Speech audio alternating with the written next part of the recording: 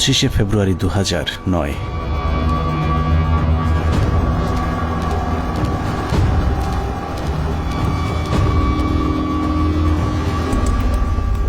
মহাজোট সরকার ক্ষমতায় আসার মাস দেড়েকের মাথায় বর্বরতম এক হত্যাকাণ্ডের মাধ্যমে ভেঙে দেয়া হয় সীমান্তে উঁচু করে যারা শত্রুর সামনে প্রাচীর হয়ে থাকত তাদের মেরুদণ্ড।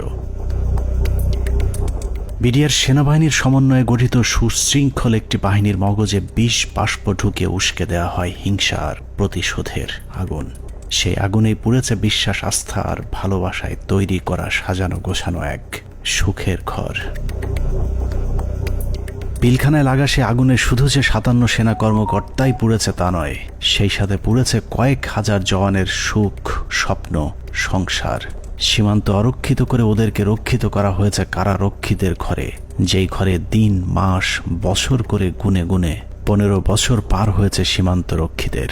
সেই থেকে ওপারের শত্রু যখন খুশি এপারে এসেছে কেউ তাদের বাধা দেয়নি, কারণ ওরাই ছিল আমাদের 1,44,000 বর্গ কিলোমিটার মানচিত্রের সীমানা প্রাচীর, যেই প্রাচীরে ক্ষত ধরিয়েই আমাদের মানচিত্রকে বিক্ষত করা হয়েছিল গেল 15টি বছর। মূলত 2009 সালের 25শে ফেব্রুয়ারি বিডিআরের হত্যাকাণ্ডই আমাদের গেল 15 বছরের ভাগ্য লিখে দিয়েছিল। এই 15 বছর বাংলাদেশের রাজনীতি, শিক্ষা, অর্থনীতি থেকে শুরু করে পুলিশ, প্রশাসন সবকিছু নিয়ন্ত্রণ করেছে ভারত, আর সবচেয়ে বেশি নিয়ন্ত্রণ করেছে বাংলাদেশ সেনাবাহিনীকে, যারাই ছিল একসময় আমাদের অহংকার। নারী, টাকা আর পদের লোভে সেনাবাহিনীর কিছু কর্মকর্তা তাদের মাথা বেচে দিয়েছিল ভারতের কাছে, যাদের পরিকল্পনাতেই খুন হয়েছিল দেশপ্রেমিক 57 জন সেনা কর্মকর্তা।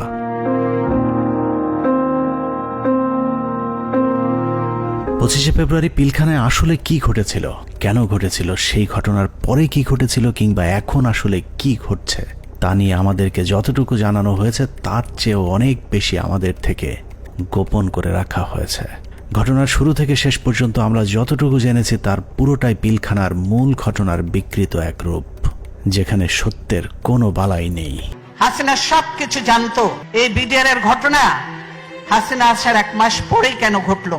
হাসিনা এবং মঈনুদ্দিন এটা জানতো, কাজেই হাসিনাকে একদিন জবাব দিতেই হবে। এটা পিলখানা হত্যাকাণ্ডকে আমরা যদি একটি মুদ্রা হিসাবে ধরি, তাহলে এতদিন আমরা সেই মুদ্রার এক পিঠ দেখেছি, যার আরেক পার্শ্ব আরো ভয়ঙ্কর, আরো নৃশংস, আরো বর্বর, অমানবিক। আমরা শুধু 57 সেনা কর্মকর্তার গল্প শুনেছি, কিন্তু তার চেয়েও কয়েক গুণ মানুষকে হত্যা করা হয়েছে, যেই খবর বিডিআরের পরিবারের বাইরে আর কাউকে জানতে দেয়া হয়নি। পিলখানা হত্যাকাণ্ডের মামলায় রাজসাক্ষী না হওয়ার জন্য বীর মুক্তিযোদ্ধা ডিএডি আব্দুর রহিম সাহেবকে জেলখানায় নিয়ে নির্মমভাবে ইনজেকশন পোস্ট করে তাকে শহীদ করা হয়। আনুমানিক 28 তারিখ সন্ধ্যার দিকে ওনার ভাইয়ের মেজর ইনাম সাহেবের নির্দেশে আব্বু পিলখানায় আবার জয়েন করে। সন্ধ্যার সময় জয়েন করার সঙ্গে সঙ্গে কিছু আর্মি সদস্যরা আব্বুকে আলাদা করে লোকচক্ষুর আড়ালে নিয়ে যায়। সন্ধ্যা ঘনিয়ে আসার পরে একটা গাড়িতে করে চোখ বেঁধে, হাত বেঁধে ঢাকা ক্যান্টনমেন্টের দিকে নিয়ে যায় এবং ডিজিএফআই সেলে নিয়ে যায়। আব্বু তাদের কথাবার্তাতে বুঝতে পারে যে আব্বু ডিজিএফআই সেলে আছে। ওখানে সম্ভবত একটা 12 নম্বর কোন একটা রুমে আব্বুকে 10 থেকে 12 দিন রাখা হয় এবং অমানবিক নির্যাতন করা হয়। আপনার ইলেকট্রিক শক দেওয়া হয়, লিঙ্গে বাড়ি দেওয়া হয়, অসহনীয় কষ্ট তাদেরকে সহ্য করতে হয়। ড্রিল মেশিন দিয়ে পা ছিদ্র করে, তারপর আপনার পেরেক দিয়ে হাতের পায়ে নখ উপড়িয়ে ফেলায়। 2009 সালে পিলখানায় যে হত্যাকাণ্ড শুরু হয়েছিল সেই হত্যাকাণ্ড এখনো শেষ হয়নি। 25 থেকে 27 তারিখ পর্যন্ত ভাড়াটে খুনিদের দিয়ে সেনা কর্মকর্তাদের খুন করা হয়েছে, আর 27 তারিখের পর থেকে সেনাবাহিনীর ঊর্ধ্বতন কর্মকর্তারা নিজেরাই খুনের কাজ চালিয়ে গিয়েছেন। ঘটনার পর জিজ্ঞাসাবাদের নামে বিডিআরের 167 জন জওয়ানকে নিজেদের হাতে হত্যা করেছে আমাদের গর্বের সেনাবাহিনী। এমনকি সেনাবাহিনীর শিখিয়ে দেওয়া সাক্ষ্য দিতে চায়নি বলে পিলখানার জামে মসজিদের ইমামকে পর্যন্ত নির্মমভাবে হত্যা করা হয়েছে, যিনি ঘটনার শুরু থেকে শেষ পর্যন্ত নিজ চোখে প্রকৃত খুনিদেরকে দেখেছিলেন। এসব তো আমাদের সৈনিকরা করবে না, কখনোই আমাদের সৈনিকরা অফিসারের উপরে আক্রমণ করবে না। যেভাবে গুলি করতে করতে ভিতরে ঢুকে গেছে, আর একজন হিন্দিতে কথা বলে, ইংলিশে কথা বলে, কমেন্ট করে ওদেরকে। পিলখানার ঘটনার বেশিরভাগ তথ্য উপাত্ত ও আলামত নষ্ট করে দেওয়া হয়েছে। তারপরেও চূড়ান্ত ঝুঁকি নিয়ে দেশপ্রেমিক কয়েকজন সেনা কর্মকর্তা অত্যন্ত গোপনীয়ভাবে কিছু গুরুত্বপূর্ণ তথ্য প্রমাণ নিজেদের সংগ্রহে রেখেছিলেন। বিডিআর হত্যাকাণ্ডের দিন বেঁচে যাওয়া কিংবা পিলখানার বাইরে থেকে বারবার ভেতরে ঢুকে অফিসারদের জীবন বাঁচানোর চেষ্টা করা, অথবা যারা ঘটনার সুষ্ঠু তদন্তের ব্যবস্থা করতে চেয়েছিলেন, এরকম একদল সেনা কর্মকর্তার সহায়তায় আমাদের আজকের অনুসন্ধানটি করা হয়েছে। দীর্ঘ সময় ধরে চলা আমাদের একান্ত প্রচেষ্টায় ঘটনার মূল রহস্য উদ্ঘাটনের সর্বোচ্চ চেষ্টা করা হয়েছে। তারা রাষ্ট্রের মানুষের সুন্দরভাবে একটা সেবা দেওয়ার জন্য দায়িত্ব নেয় নাই এবং মাত্র 1.5 মাসের মাথায় বিডিআর মতো একটা হত্যাযজ্ঞ তারা চালিয়েছিল পরিপূর্ণ রাষ্ট্র সহযোগিতায়। কারণ রাষ্ট্রকে পরিপূর্ণ এই সময় থামিয়ে রাখা হয়। এই জায়গায় একটা বিশাল একটা কাজ করার জায়গা কমিশনের, যে এই পোস্টিং গুলা কাদের অর্ডারে হয়েছিল, কি ক্রাইটেরিয়াতে ওনাদেরকে তখন এইভাবে পোস্টেড করা হলো, কেন এত কুইক, মানে এই জিনিসটা তো সন্দেহের উদ্রেক করে, তাই না? যে 18 ইঞ্জিনিয়ার্স এর কর্নেল মেহেদী স্যার এত ইম্পর্টেন্ট সব কাজ করছিল, ওদেরকে যখন ক্লোজ অ্যারেস্ট করে রাখা হয় বা আয়নাঘরের থেকে নিয়ে রাখা হয়, মেস বিটা ক্লোজ অ্যারেস্ট করে রাখা হয়, তখন এই রেজানুর খান স্যারের সঙ্গে আমার বাবা দেখা করতে গেছিলেন যে আমার খোঁজ নেওয়ার জন্য। তখন উনি বলেন যে আপনার ছেলে মানে বাংলাদেশের সবচেয়ে বড় সন্ত্রাসী, তার কথা একদম ভুলে যান। পিলখানায় আসার আগের 2 বছর 3 বছর তারা আসলে কি করছিল, কোথায় তাদের পোস্টিং ছিল, তারা কাদের সাথে মেলামেশা করছে। আমাদের অনুসন্ধানে সহায়তাকারী এসব অফিসারদের সকলে বিডিআর হত্যাকাণ্ডের ঘটনায় নির্যাতনের শিকার।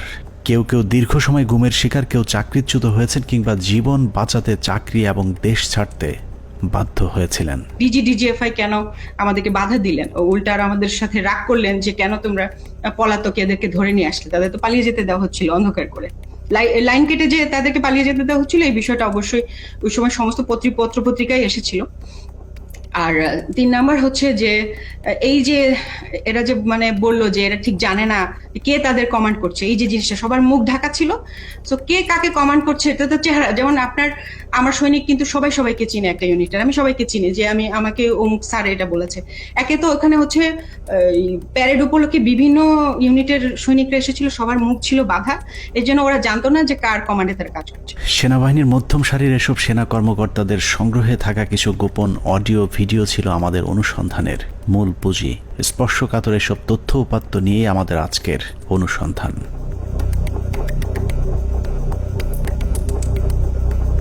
অনুসন্ধানের শুরুতেই একটি তদন্ত প্রতিবেদনের কয়েকটি লাইনে চোখ বোলানো যাক। যে প্রতিবেদনটি পিলখানা হত্যাকাণ্ডের পরের 18 কর্মদিবসের মধ্যে তৈরি করা হয়েছিল, কিন্তু আজও পর্যন্ত তা প্রকাশ করা হয়নি। কারণ এই প্রতিবেদনেই ঘটনার মূল রহস্য লুকিয়ে আছে। যদিও মূল ঘটনার 50 ভাগও প্রতিবেদনে উঠে আসেনি, যে কারণেই প্রতিবেদনের সীমাবদ্ধতায় বলা হয়েছে তদন্তের স্বার্থেই কমিটি কয়েকটি সংস্থার প্রধান গুরুত্বপূর্ণ ব্যক্তিকে জিজ্ঞাসাবাদ এবং বিভিন্ন গোয়েন্দা সংস্থার নিকট হতে গোয়েন্দা তথ্য সংগ্রহ করা আবশ্যক বলে মনে করেছে, কিন্তু পর্যাপ্ত সহযোগিতার অভাবে এ কাজগুলো করা সম্ভব হয়নি। ফলশ্রুতিতে পর্যাপ্ত তথ্য প্রমাণ সহ এই বিদ্রোহ এবং হত্যাকাণ্ডের মূল ষড়যন্ত্রকারীদেরকে শনাক্ত করা এবং ঘটনার পেছনের মূল কারণ বা মোটিভ উদ্ঘাটন করা সম্ভব হয়নি। এছাড়া প্রতিবেদনের মন্তব্যে বলা হয়েছে তদন্ত কমিটি সংশ্লিষ্ট গোয়েন্দা সংস্থা সমূহ যেমন এনএসআই, ডিজিএফআই, র্যাব, সিআইটি এবং পুলিশের এসপিকে তাদের সংগৃহীত বিভিন্ন গোয়েন্দা তথ্য, প্রয়োজনীয় প্রমাণাদি পেশাগত দৃষ্টিকোণ থেকে বিশ্লেষণ করে কমিটির নিকট সরবরাহ করার জন্য অনুরোধ করেছিল, কিন্তু বর্ণিত সংস্থাসমূহ হতে কোনো সহযোগিতা পাওয়া যায়নি। প্রতিবেদনের এই লাইনগুলো পড়লেই বোঝা যায় পিলখানা হত্যাকাণ্ডের পরপর গঠিত ওই তদন্ত কমিটি ঘটনার মূল রহস্য উদ্ঘাটন করুক, এটা সরকার কিংবা সেনাবাহিনী কেউই চায়নি। ওই প্রতিবেদনের মতোই পিলখানা হত্যাকাণ্ডের সবকিছুই আমাদের থেকে আড়াল করে রাখা হয়েছে। 2009 সালের 25 ফেব্রুয়ারি সকালে পিলখানায় দরবার শুরুর পর থেকে 26 তারিখ বিকেল 5টা পর্যন্ত সরকারের পক্ষ থেকে যা কিছু করা হয়েছে সবই জিম্মি হওয়া সেনা কর্মকর্তাদেরকে হত্যার উদ্দেশ্যে, কাউকে বাঁচানোর জন্য নয়। 25 তারিখ সকাল থেকেই তৎকালীন প্রধানমন্ত্রী শেখ হাসিনা, 3 বাহিনী প্রধান, ডিজিএফআই, এনএসআই প্রধান, সামরিক সচিব তারেক সিদ্দিকী সহ সকলেই সেনা কর্মকর্তাদের হত্যার মিশন সম্পূর্ণ করবার জন্য শেখ হাসিনার তৎকালীন সরকারি বাসভবন যমুনায় অবস্থান করছিলেন।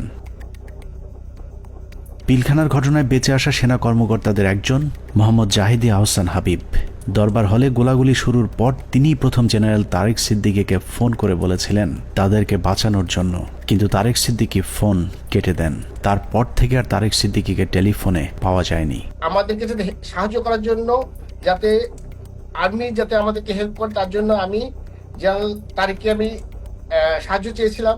আমি জেনারেল তারেকের সাথে জেনারেল শাকিলের কথা বলে দিয়েছিলাম আর্মিরা যাতে এখানে ইন্টারভেনশন করে, আর্মি যাতে পাঠায়, কিন্তু তারা কোনো আর্মি পাঠায়নি বা আমাদের কোনো সাহায্য করা হয়নি। পিলখানা থেকে বেঁচে ফেরা মেজর জায়েদের বক্তব্যের অনুরূপ তথ্য অপ্রকাশিত সেই প্রতিবেদনেও উঠে এসেছে, যেখানে বলা হয়েছে আনুমানিক সকাল 9:30 ঘটিকায় মহাপরিচালক বিডিআর স্বয়ং প্রধানমন্ত্রী, সেনাপ্রধান, মহাপরিচালক র্যাব এবং মহাপরিচালক ডিজিএফ এর সাথে ফোনে কথা বলেন। এ সময় বিডিআরের ডিজি সুনির্দিষ্টভাবে তাদেরকে জানান 44 রাইফেলস ব্যাটালিয়ন বিদ্রোহ করেছে। এছাড়াও অবরুদ্ধ অন্যান্য সেনা কর্মকর্তাগণও তাদের মোবাইলে সাহায্যের জন্য বিভিন্ন স্থানে টেলিফোন করেন ও SMS পাঠান। আত্মীয় স্বজন, বন্ধু বান্ধব ও সহকর্মীদের তাদের অসহায়ত্বের খবর জানান। সাহায্য প্রত্যাশায় আটকে পড়া কর্মকর্তারা জানায় দরবার হল বিদ্রোহী জওয়ানদের নিয়ন্ত্রণে, আমরা বন্দী, আর কথা বলা যাচ্ছে না, দ্রুত ব্যবস্থা নিন, আর হয়তো দেখা হবে না, তুমি ভালো থেকো, আমার সন্তানদের যত্ন নিও, ইত্যাদি ইত্যাদি। প্রতিবেদনের এতটুকু অংশ পড়লেই বোঝা যাচ্ছে যে সকাল 9:30টায় প্রধানমন্ত্রী, সেনাপ্রধান, র্যাব ডিজি এবং ডিজিএফআই, NSI সহ সকলেই বিডিআরের ডিজি মেজর জেনারেল শাকিল আহমেদের পরিণতি কি হতে যাচ্ছে তা জেনে গিয়েছিলেন। তারপরেও কোনো পদক্ষেপ নেওয়া হয়নি। সাথে প্রায় 1 প্লাটুন আমার র্যাব ছিল, আমার সাথে আরো 2-3 জন অফিসার ছিল। আমি মেজর রাজনের কথা বলেছি, মেজর রাজন অলথ্রু আমার সাথে ছিল, আমার সাথে আরো 2-3 জন পুলিশ অফিসার ছিল। মেজর জুলকার তখন সম্ভবত সে ক্যাপ্টেন জুলকার ছিল, ক্যাপ্টেন ইয়াসির ছিল, আপনার ওইদিকে আমার 5 নম্বর গেটে মেজর আমিন ছিল, আমার টুয়াইসি বর্তমানে সে প্রবাসী মেজর আমজাদ ছিল, আমার সঙ্গে ছিল আরো আপনার এসপি শহীদ ছিল, আমার অ্যাডজুটেন্ট খালিদ, ক্যাপ্টেন খালিদ ছিল। তো অসংখ্য অফিসার, প্রায় 7-8 জন আমার মিলিটারি এবং পুলিশ অফিসার সব মিলে প্রায় আমি মনে 7-8 আরো বেশি 10-12 জন আমরা 4 নম্বর 5 নম্বর গেটে ছিলাম। আমরা কিন্তু কমপ্লিটলি একটা অল্টারকেশনের ভিতরে ছিলাম। আমরা বারবার এই তৎকালীন আমি এডিজি কেই বেশি করে বলবো, কারণ এডিজি কর্নেল রেজানুর, আমি এখনো অবাক হচ্ছি যে এই ব্যক্তিটিকে কেন প্রশ্নের সম্মুখীন করা হয়নি। তখনও কিন্তু সুযোগ ছিল তাকে প্রশ্ন করার, তখন করা হয়নি, কিন্তু এখনো কেন করা হচ্ছে না। এই ব্যক্তিটি কিন্তু আমাদেরকে বারবার বাধা দিয়েছে যে আমরা যেন ভিতরে প্রবেশ না করি। সে যমুনা ভবনের থেকে সে বারবার বলছিল এবং ফের রেফারেন্স দিচ্ছিল প্রাইম মিনিস্টারের, যে উনি বলেছেন একটা আলোচনা হবে, কেউ যেন আমরা এখানে বিডিআর গেটে কোনো ধরনের আক্রমণ না করি এবং ভিতরে ঢোকার চেষ্টা না করি। ততক্ষণে সেনাবাহিনী এবং র্যাবের বেশ কয়েকটি দল পিলখানার বিভিন্ন গেটে অবস্থান নিয়েছিল। ভেতরের পরিস্থিতি ক্রমেই নিয়ন্ত্রণের বাইরে চলে যাচ্ছে সেই খবর তাদের কাছেও পৌঁছেছিল, কিন্তু তাদেরকে পিলখানার ভেতরে অভিযান চালানোর পথে বাধা সৃষ্টি করে রেখেছিল সেই একই জায়গা থেকে। রেজাকে সেখানে কর্নেল রেজানুর খান, র্যাবের এডিজি, সে থামায় দেয় যে কোনোভাবে, সে ঢুকতে পারে নাই। সেটা কিন্তু আমি বলতেছি অ্যারাউন্ড 9 AM আমরা আসবার আগে, যেটা আমাকে রেজা, আমি ওখানে যাওয়ার পরে 10:30টার সময় রেজা আমাকে ব্রিফ করে যে স্যার এই অবস্থা, আপনারা কি ঢুকতে পারবেন? তখন আমি জেনারেল হাকিমকে বলি, উনি বললেন যে না, এখন ঢোকা যাবে না। CGS, chief of general staff, general Moin তো তখন পতিতা হাসিনার কাছে বঙ্গভবনে বসে অপেক্ষা করতেছে আদেশ শুনবার জন্য, নিজে থেকে কোনো সেনাপ্রধান হিসেবে কোনো অর্ডার দেয় নাই।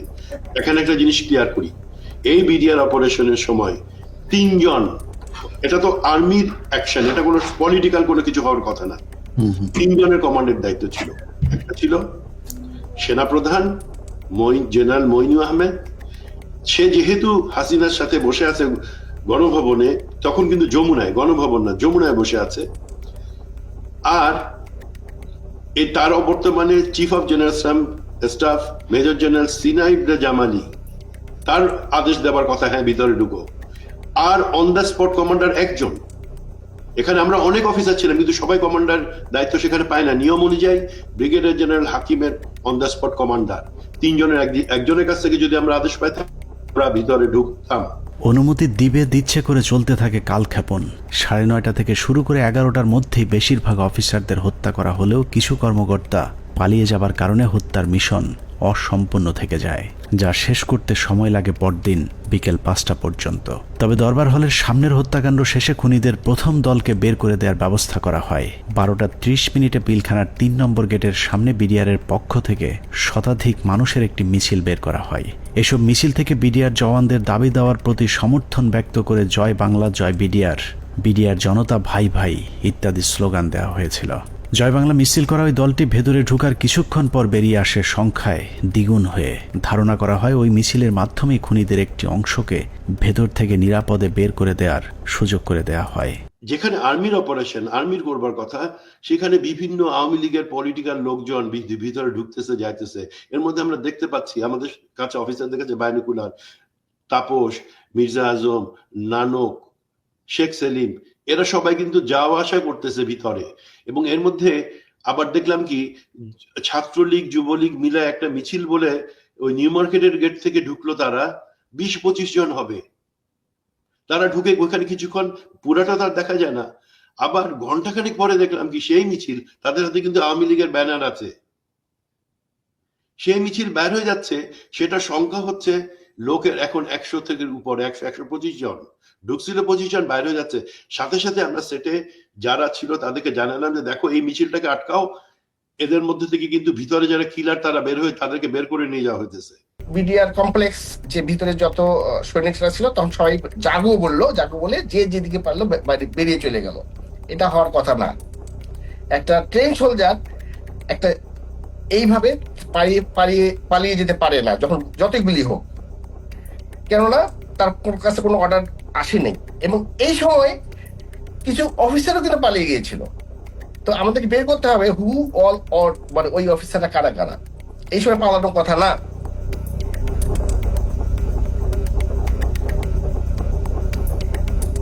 দুপুর 1:30।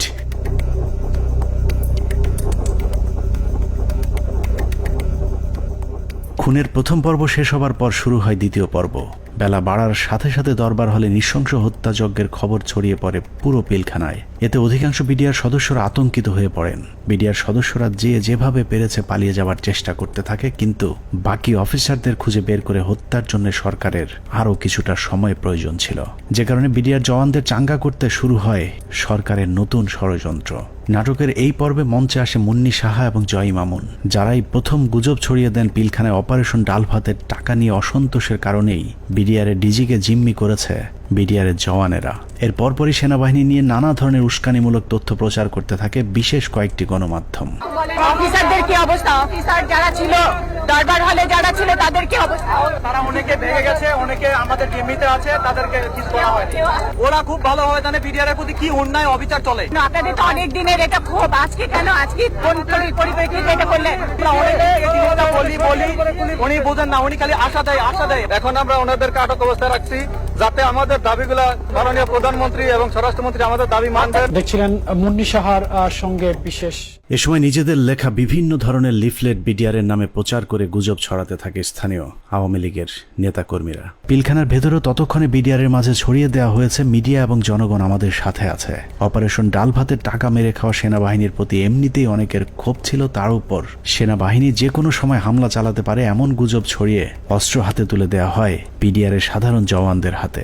একদিকে আওয়ামী লীগের বিডিআরের পক্ষে মিছিল, অন্যদিকে গণমাধ্যমের উস্কানিতে হত্যাকাণ্ডে অংশ নেয়নি এমন অনেকেও দুপুরের পর বিদ্রোহী হয়ে ওঠে। জিনিসপত্রের দাম কারা বাড়াইছে শুনবেন? অরিজিনাল সেনা কর্মকর্তারা বিডিআর কে দিয়ে দাম বাড়াইছে। আস্তে আস্তে বর্ডার থেকে সমস্ত মাল নিয়ে আসতো, নিয়ে আসা স্ট্রোক করতো বিডিআর এর প্যারেড গ্রাউন্ডে। স্ট্রোক করে সেই মালগুলি দেশবাসী মাধ্যমে অনেক দিন পর সাপ্লাই করতো, যার কারণে অনেক দাম বেড়ে যেত জিনিসগুলির। যত ডাল ভাতের টাকা আছে সব মেরে খেয়ে ফেলেছে। ডাল ভাতের নামে তারা কোটি টাকা হাতিয়ে নিয়ে গেছে, কোটি টাকা হাতিয়ে নিয়ে গেছে ডাল ভাতের নামে। এরই মধ্যে গণভবনের নতুন ষড়যন্ত্রের অংশ হিসেবে আওয়ামী লীগ নেতা জাহাঙ্গীর কবির নানককে পিলখানার 4 নম্বর গেটে পাঠানো হয়। পিলখানার চারপাশের এলাকা থেকে বাড়িঘর ফেলে মানুষ যখন সরে যাচ্ছিলেন, তখন বীর দর্পে 4 নম্বর গেটের দিকে এগিয়ে যান আওয়ামী লীগের তৎকালীন এলজিআরডি প্রতিমন্ত্রী জাহাঙ্গীর কবির নানক, ফজলে নূর তাপস এবং হুইপ মির্জা আজম। অন্যদিকে প্রস্তুত ছিলেন সাংসদ মাহবুবারা গিনি এবং ওয়ারেসাত হোসেন সহ আওয়ামী লীগের বেশ কয়েকজন নেতাকর্মী। একজন মহিলা এমপি, তো মহিলা এমপিকে কাছে আসার পরে তখন আমি চিনতে পেরেছিলাম। তো আর ওনাদের দুজনকে তো আমি চিনি। তো ওনারা এসে আসে জানানোর পরে ফরেস্ট গার্ডের কাছে এসে মহিলারা জিজ্ঞেস করলেন যে আমি কি একটা সাদা পতাকা পেতে পারি। তো স্যার তখন পিছন দিকে ঘুরে তাকালেন, ঘুরে তাকিয়ে সৈনিককে জিজ্ঞেস করলেন যে তোমাদের কারো কাছে কোনো সাদা পতাকা বা এরকম কোনো কিছু আছে কিনা। তো তৎপরবর্তীতে ওখান থেকে ওরকম সাদা পতাকার কোনো কিছু না পাওয়াতে উনি স্যার বললেন যে আমার কাছে একটা রুমাল আছে, এটাতে চলবে কিনা। উনি ওটা দিয়ে দিলেন, বাট ওনারা এই সময় স্যার কিন্তু ওনাদেরকে জিজ্ঞেস করলেন যে আপনারা যে এখান দিয়ে যাবেন তো ওখান থেকে গুলি হচ্ছে, তো তখন ওই মহিলা এমপি গিনি বলেছিলেন যে না আমাদেরকে গুলি করবেন বা গুলি আসবে না আমাদের দিকে, আপনি এটা নিয়ে চিন্তা করবেন। তো এই জিনিসগুলো কিন্তু কিছু সিগনিফিকেন্ট জিনিস, তখন এগুলো অর্থ বুঝি নাই যে ওনারা এইভাবে এত কনফিডেন্ট, বাট এগুলো যেমন পরবর্তীতে জীবনে আসার পরে আমি বুঝতে পেরেছি যে আচ্ছা এইটার মানে তাহলে এই জিনিসটা দাঁড়ায়। আওয়ামী লীগের ওই প্রতিনিধি দলকে পেয়ে বিডিআর সদস্যরা মনে করেছিল তারা হয়তো বিডিআরকে বাঁচাতেই এসেছিল, কিন্তু এটাই ছিল বিডিআরের জন্য সবচেয়ে ভয়ঙ্কর ফাঁদ, যেই ফাঁদে পা দেয় পিলখানা হত্যাকাণ্ডের পুরো দায় বিডিআরের উপর চলে আসে। পিলখানা 4 নম্বর গেটে যখন নানক আজমদের নেতৃত্বে আওয়ামী লীগের একটা দল পিলখানার ভেতরে পৌঁছায়, তখন বিডিআরের পোশাক পরা কিছু লোক তাদের সাথে বেশ কিছুক্ষণ কথাবার্তা বলেন। তাদের মধ্যে কি কথা হয়েছে সেটা জানা না গেলেও এর পরপরই বিডিআরের কয়েকজন ব্যক্তিকে সামনে নিয়ে আসা হয় যাদের নাম এর আগে কখনো শোনা যায়নি। তাদের মধ্যে একজন ডিএডি তৌহিদ, যাকে আমরা পিলখানা হত্যাকাণ্ডের কথিত মূল হোতা হিসেবে এতদিন ধরে জেনে এসেছি। নানক আজমদের সাথে বৈঠক করা ওই দলটি ডিএডি তৌহিদ সহ কয়েকজন ডিএডিকে খুঁজতে থাকেন। বিডিআরের পোশাক পরা ওই দলটি ডিএডি তৌহিদের পিলখানার বাসায় গিয়ে তৌহিদের সন্ধান চেয়েছিলেন, কিন্তু বিডিআরের পোশাক পরা থাকলেও ডিএডি তৌহিদ সেনাবাহিনী নাকি বিডিআরের কর্মকর্তা সেটাও তারা জানতেন না। আমার বাসার সামনে নেম প্লেট ছিল তৌহিদ লেখা, জিজ্ঞেস করতেছে যে তৌহিদ উনি কি বিডিআর না আর্মি? আমি বলছি উনি বিডিআর এর র্যাঙ্ক কি? ডিএডি কি আর্মির না বিডিআর এর? মানে ওনারা এটাও চিনে না যে ডিএডি র্যাঙ্ক আর্মি বিডিআর এ হয়, বুঝেন? তাহলে ডিএডি তৌহিদের পরিবারকে ভয়ভীতি দেখিয়ে তার অবস্থান জানা হয়। এরপরই প্রথমবারের মতো দৃশ্যপটে আসেন ডিএডি তৌহিদ, ডিএডি আব্দুর রহিম সহ বেশ কয়েকজন বিডিআরের সৈনিক, যাদেরকে বিডিআর বিদ্রোহের নেতা পরিচয় দিয়ে নিয়ে যাওয়া হয় প্রধানমন্ত্রীর সাথে বৈঠকে। বেলা 3:40 বিডিআরের 14 দলের একটি প্রতিনিধি দল শেখ হাসিনার বাসভবন যমুনায় প্রবেশ করেন। পিলখানা হত্যাকাণ্ড নিয়ে করা গোপন সেই প্রতিবেদনে উল্লেখ করা হয়েছে, বিডিআরের ওই প্রতিনিধি দলটি যমুনায় শেখ হাসিনার সাথে বৈঠকের সময় সেখানে আর কাউকে থাকতে দেওয়া হয়নি। অর্থাৎ পিলখানার ভেতরে সেনা কর্মকর্তাদের ভাগ্যে কি ঘটেছিল সেই খবর একমাত্র শেখ হাসিনাকেই জানানো হয়েছিল। যমুনায় বৈঠক শেষে বিডিআরের প্রতিনিধি দল গেটের বাইরে আসার পর অপেক্ষমান সাংবাদিকদের সাথে কথা বলেন। সেখানে নানান প্রশ্নের জবাব দেওয়ার পর ভেতরে কতজন শহীদ হয়েছেন সেটা নিয়ে জিজ্ঞেস করতেই ডিএডি তৌহিদকে সেখান থেকে সরিয়ে নিয়ে যায় জাহাঙ্গীর কবির নানক।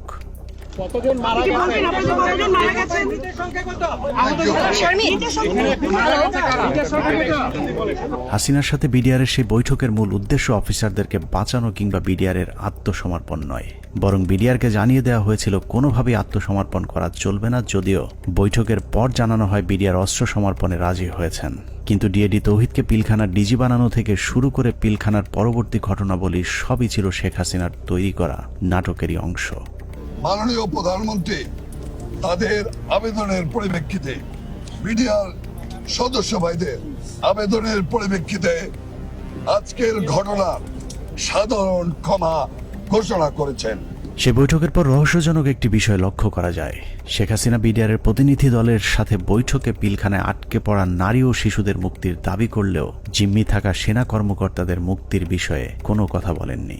ভিতরে যারা মহিলা, শিশু, সন্তানদের নিয়ে যারা আটকা পড়েছেন হেডকোয়ার্টারের ভিতরে, তাদেরকে এই মুহূর্তে তারা যাওয়ার পরিস্থিতি ব্যবস্থা করে দিবেন। কেন শুধুই নারী শিশুদের মুক্তি চাওয়া হয়েছিল সেই প্রশ্নের উত্তর জানতে আমরা 2009 সালের একটি জিজ্ঞাসাবাদের অডিও শুনে আসব, যেখানে পিলখানা হত্যাকাণ্ডে অভিযুক্ত হিসেবে জাহাঙ্গীর কবির নানককে সেনাবাহিনীর বিশেষ একটি তদন্তকারী দল জিজ্ঞাসাবাদ করেছিলেন।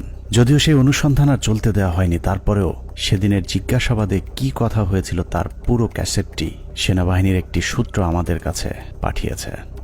এত বড় একটা নেগোসিয়েশন হলো, ডিজি এবং অফিসার বা ফ্যামিলিদের বেরিয়ে আসার ব্যাপারে কোনো আপনার স্টেটমেন্ট তো ছিল না, বা না বলছি যে আপনার মানে এটা নেগোসিয়েশন ডিলের মধ্যে এটা হলো না কেন যে ঠিক আছে তোমরা এটা রাখো, এটা ছাড়ো, অস্ত্র দাও, এই কন্ডিশন সবাইকে ছেড়ে দিবে না, তাহলে তো কেউ যাবে নিয়ে আসবে বা ডিজির সাথে কথা হবে, আচ্ছা ঠিক আছে সাধারণ ক্ষমা হবে, কিন্তু তার আগে আমি ডিজির সাথে কথা বলে সেই পরিপ্রেক্ষিতে কিন্তু ওনারা ঢুকলেন মাননীয় স্বরাষ্ট্রমন্ত্রী মহোদয়। না ওইটা আমি বলতেছি যখন সাধারণ ক্ষমা ঘোষণার আগে লাস্ট একটা কন্ডিশন হওয়া উচিত ছিল যে আমি ডিজি যেহেতু আটকাছে বলতেছো, সুতরাং তোমাদের কাউকে পাঠাও, ডিজির সাথে আমি কথা বলে নিশ্চিত হতে চাই।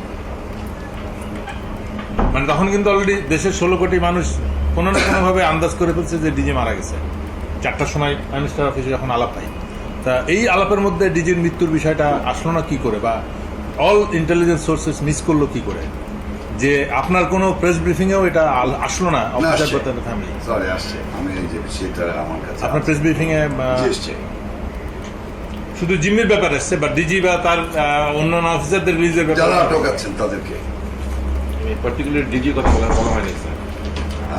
আমার কথাই নাই, কিন্তু বলা ছিল যাদেরকে জিম্মি জিম্মি করছেন, but it was A casual কথা, নট না যে অফিসার ওকে ডিজি এবং অফিসাররা ফেরত আসবে অথবা 10 জন থাকবে বাকিটা কিন্তু ওই DG being the main centre focal point of BDR, আমাদের কিন্তু প্রথমে আসলে ডিজি আছে কিনা এই জিনিসটা কিন্তু কোথাও কোনো প্রেস ব্রিফিং এ কোথাও মানে সাধারণ ক্ষমার আগে তো এই কন্ডিশন হইতে হবে, যেটা হত্যাকারী তো সাধারণ ক্ষমা পেতে পারে। অল এরকম কিন্তু আলোচনা হয়েছে, কিন্তু পার্টিকুলারলি ডিজি বলানের শুধু ওখানে বলা ছিল যে সকল মহিলা, শিশু এবং অফিসাররা যারা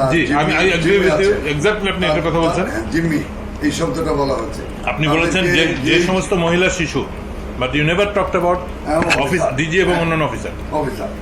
স্যার আমি আপনাকে আপনার ভিডিও ক্লিপটা শোনাতে চাচ্ছি না, একটু আমি দেখেন। সেনা কর্মকর্তাদের মুক্তি না চাওয়াটা কোনো ভুলবশত ঘটনা নয়, বরং শেখ হাসিনা জানতেন ওইসব কর্মকর্তাদেরকে এরই মধ্যে হত্যা করা হয়েছে, যে কারণেই তাদের মুক্তি না চেয়ে বরং নিহত সেনা কর্মকর্তাদের লাশ গুম এবং বেঁচে যাওয়া বাকি কর্মকর্তাদের খুঁজে খুঁজে মারার জন্য আরও কালক্ষেপণ করা হয়েছিল। সে কারণে বৈঠক শেষে বিডিআরের সদস্যরা পিলখানায় যাবার পর আবারও নতুন করে গোলাগুলি শুরু হয়। অপ্রকাশিত ওই প্রতিবেদনে বলা হয়েছে, এ সময় বিদ্রোহীরা তাদের অপকর্মের সুবিধার্থে পিলখানার অভ্যন্তরে বিশেষ বিশেষ স্থানে বিদ্যুৎ নিভিয়ে দেয়, কিন্তু সরকারের পক্ষ থেকে ওইসব এলাকায় বিকল্প ব্যবস্থায় আলোকিত করার কোনো ব্যবস্থা করা হয়নি এবং তদন্তকারী দল এ ব্যাপারে কোনো সদুত্তরও দেয়নি। প্রতিবেদনের পরের অংশে অত্যন্ত গুরুত্বপূর্ণ কিছু তথ্য দেওয়া হয়েছে, যেখানে বলা হয়েছে সরকার ঘোষিত সিদ্ধান্ত ও আলোচনার প্রেক্ষিতে পিলখানার ভেতরে আটককৃত অফিসার ও তাদের পরিবারের সদস্যদের বের করে আনার সুযোগ হতে পারে, এ চিন্তায় ডিএমপির 10টি ট্রাক ও 10টি বাস 4 নম্বর গেটের সামনে নিয়ে যাওয়া হয়। সেই 10টি ট্রাক ও 10টি বাসে করে কাদেরকে নেওয়া হয়েছিল সেই প্রশ্নের উত্তর পাওয়া গেলেই অনেক কিছু পরিষ্কার হয়ে যাবে। রাত 8টায় হোটেল আম্বালাইনে শুরু হয় নাটকের আরেক পর্ব। বিডিআর প্রতিনিধি দলের সাথে তৎকালীন স্বরাষ্ট্রমন্ত্রী অ্যাডভোকেট সাহারা খাতুনের আবারও বৈঠক শুরু হয়। এ সময় তার সাথে পুলিশের আইজিপি, র্যাবের ডিজি, গোয়েন্দা সংস্থার কর্মকর্তা ছাড়াও যথারীতি নানক ও আজমও উপস্থিত ছিলেন। এসব আলোচনাগুলোতে আসলে বিডিআরের কোনো সিদ্ধান্ত জানানোর সুযোগ ছিল না। সরকারের পক্ষ থেকে যা সিদ্ধান্ত নেওয়া হতো সেটাই বিডিআরের দাবি বলে প্রচার করা হয়েছে।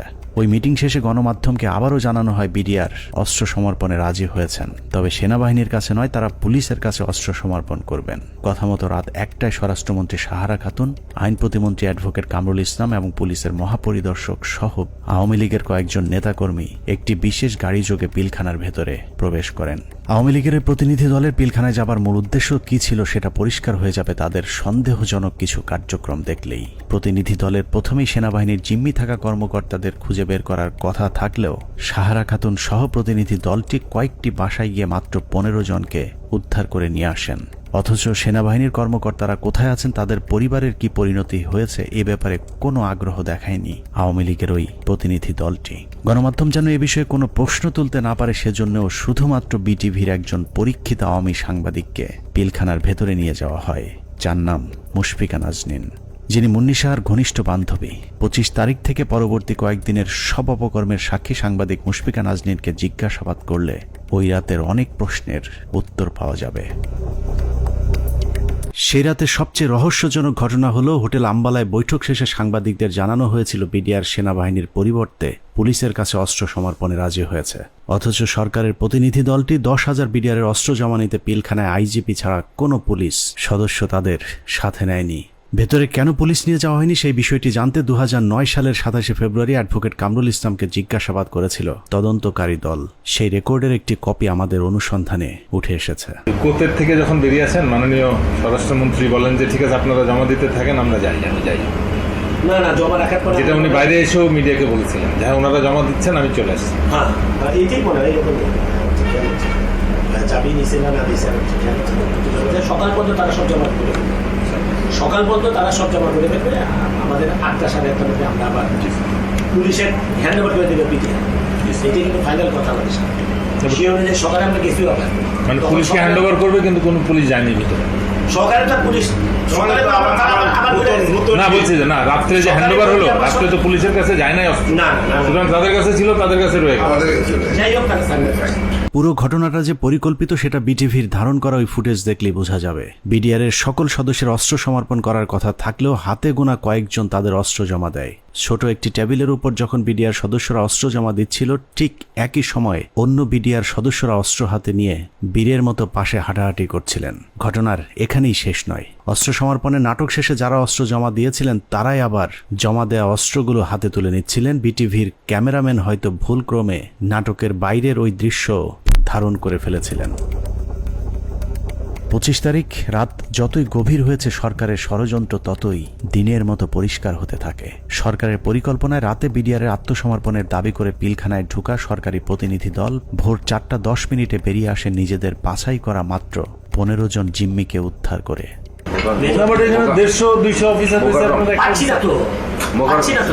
তাহলে মানে যে কোনো হোস্টেজ রেস্কিউ,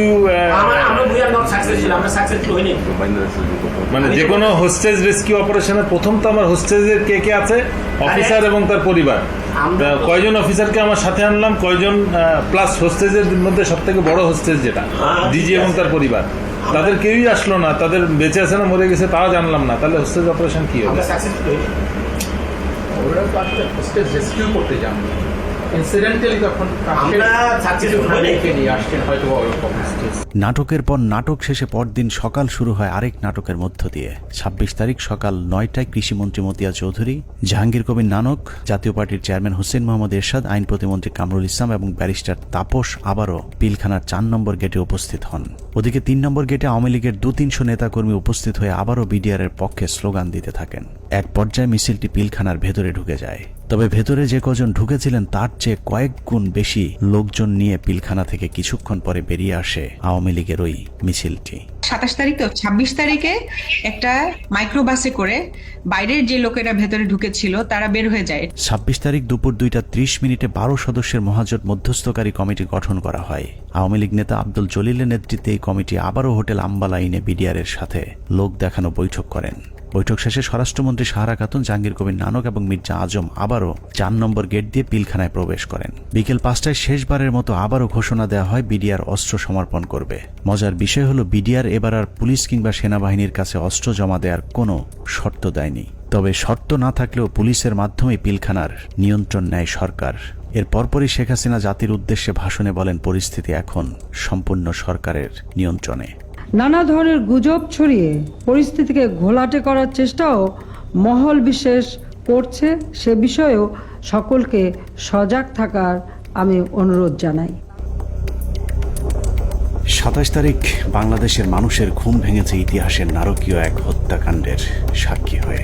শোকে বিহ্বল জাতির মেধাবী 57 কর্মকর্তার ক্ষত বিক্ষত এক একটি মরদেহ যেন গোটা জাতিকে দুমড়ে মুচড়ে শোকে স্তব্ধ করে দিয়েছিল।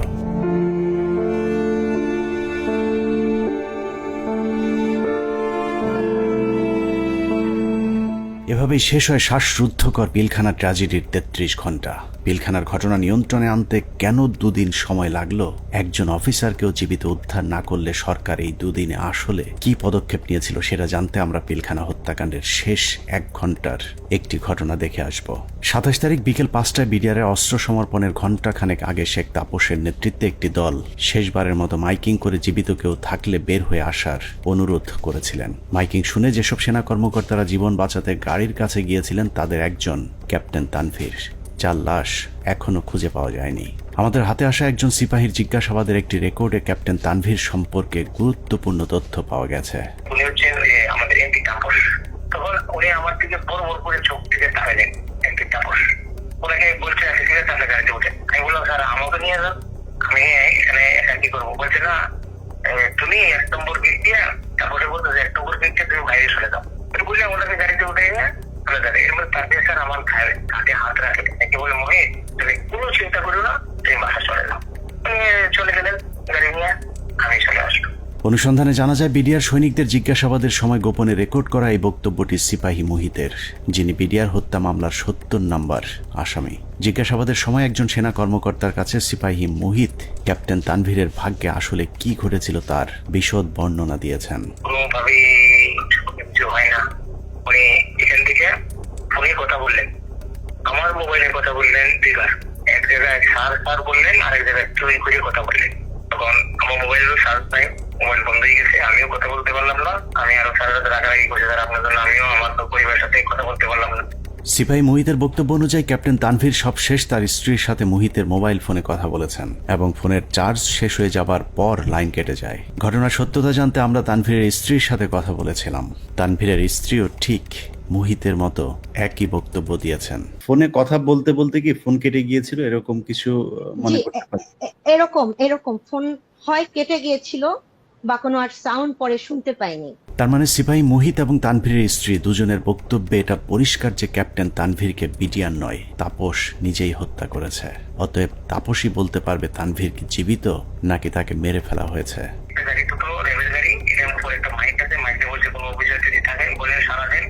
আমরা আপনাদেরকে উদ্ধার করতে আসছি।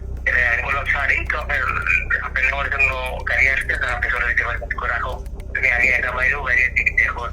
দেখলাম গাড়ি, আমি হাতও দিলাম, গাড়ি প্যাক করলো। প্যাক করে এখান থেকে দুজন লোক নেমে আসলো, একজন সিভিল আর একজন প্রাইভেট পোশাকটা। আমাকে বললো যে ঠিক আছে কি করছে, আমি স্যার এখানে একজন অফিসার আসে। হ্যাঁ আসে, এখানে আসলো, আসার পরে জিজ্ঞেস করলো যে আপনি কে? উনি বলছেন যে আমি ক্যাপ্টেন তানভীর। উনি হচ্ছেন আমাদের এমপি তাপস। তখন উনি আমার দিকে বড় বড় করে চোখ থেকে তাকালেন, এমপি তাপস। ওনাকে বলছে তাদের গাড়িতে উঠে। সূত্র জানিয়েছে মুহিতের জিজ্ঞাসাবাদের এই রেকর্ডটি সিআইডিতে থাকাকালীন সেনাবাহিনী এবং র্যাবের কয়েক দফা জিজ্ঞাসাবাদ শেষে মুহিতকে সিআইডিতে জিজ্ঞাসাবাদের সময় মুহিত বলেন, আমার কোনো দোষ নেই, আমার অপরাধ একটাই, তা হলো জিজ্ঞাসাবাদে আমি ক্যাপ্টেন তানভীরকে তাপসের গাড়িতে তুলে দেওয়ার কথা সেনাবাহিনীর কর্মকর্তাদেরকে জানিয়েছিলাম। কোনো একটি জিজ্ঞাসাবাদের সময় তাপস নিজে উপস্থিত থেকে মুহিতকে নির্যাতন করেছেন বলেও অভিযোগ করতে শোনা যায় সিপাহী মুহিতের ওই গোপন রেকর্ডে। তানভীর স্যারকে ফোন করেন, তানভীর স্যারে আমি তানভীর স্যারকে কথা দিয়েছি, তানভীর স্যারকে তাপস স্যারের গাড়িতে উঠে দিচ্ছি। উনি যা বলবে তাই। উনি যদি আমি বলে যে আমি ওনাকে পাঠাই না, তাহলে আমার বাড়িটা তিনি বলছি তাপসের কথা। আমাকে এমন পিছনে দিল, দিয়ে আমাকে নিয়ে আবার সেনের ভিতরে রাখলো। রাখার পরে আবার লোক আসছে, তাপস সার আসছে, তাপস সারকে নিয়ে আসে। তারা এনে বলে স্যার ওই সাবার বেটা সবাই আপনার বলে আপনাকে তানভীরকে নাকি আপনি নিয়ে আসতে নিয়ে আসে। সে এমন জোরে থাপ্পড় মারলো আমাকে একটা, আমি একটা বাড়িতে বলে গেলাম। ওটাই বলছে তুই এই কথা আর কখনো যাতে তোর মুখ দিয়া না আসে। পিলখানা ট্র্যাজেডির ৩৩ ঘন্টা মূলত সেনাবাহিনীর যেসব অফিসার বেঁচে ছিলেন তাদেরকে খুঁজে খুঁজে মারার জন্যই কালক্ষেপণ করা হয়েছিল, যে অভিযানের শেষ হয় তানভীরকে গুম অথবা খুন করার মধ্য দিয়ে। বিএম এর ক্যারেট দিয়ে দিতে পারতো, 5 জন করে প্রত্যেক বছর এখানে দেওয়া যায়, সেটা যদি না দিতে পারতো তাহলে মেজর অফিসার তাদের দিতে পারতো। কিন্তু এরা তো জানে যে এটা আমার অফিসার না, সে জানে যে এটা আর্মির অফিসার। আপনি থেকে পার্মানেন্ট যদি চলে আসতো তাহলে সে জানতো এটা আমার অফিসার, কোন অবস্থায় মারতো না। মারতে গেলে নিজেদের মধ্যে যুদ্ধ লেগে যেত। পিলখানা ট্র্যাজেডি বলতে আমরা শুধুই 25 থেকে 27 ফেব্রুয়ারির হত্যাকাণ্ডকেই জানি, কিন্তু পিলখানার মূল ট্র্যাজেডির শুরু হয়েছিল বিডিআর অস্ত্র সমর্পণের পর।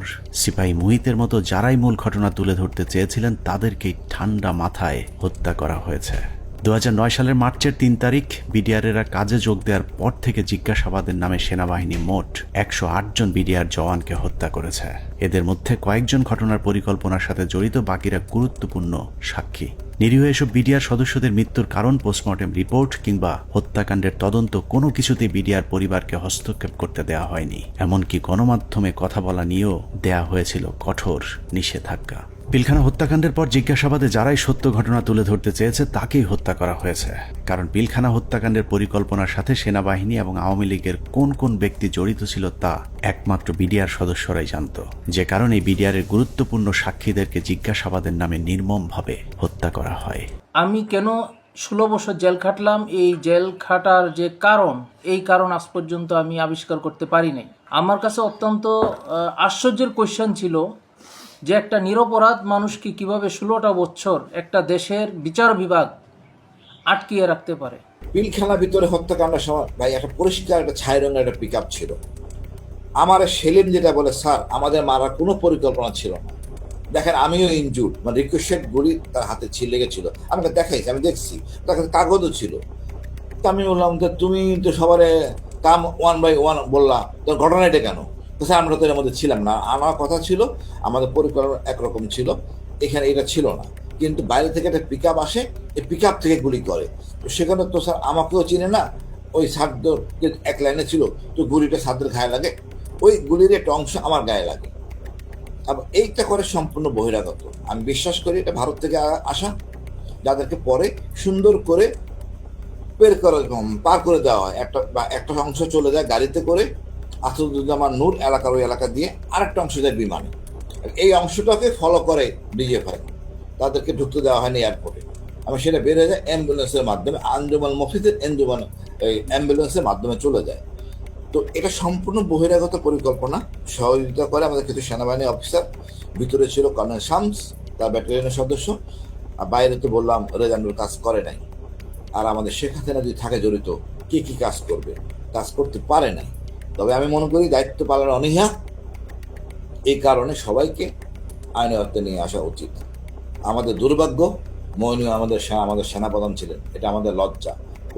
পরবর্তীতে সেনাপ্রধান থাকেন জেনারেল মুবিন, ইনিও এই অনাচার করে গেছেন। হত্যাকাণ্ডের সবচেয়ে গুরুত্বপূর্ণ সাক্ষী ছিলেন পিলখানা জামে মসজিদের পেশ ইমাম মাওলানা মোহাম্মদ সিদ্দিকুর রহমান। দরবার হলে সেদিন কি ঘটেছিল তার সবচেয়ে কাছ থেকে তিনিই দেখেছিলেন।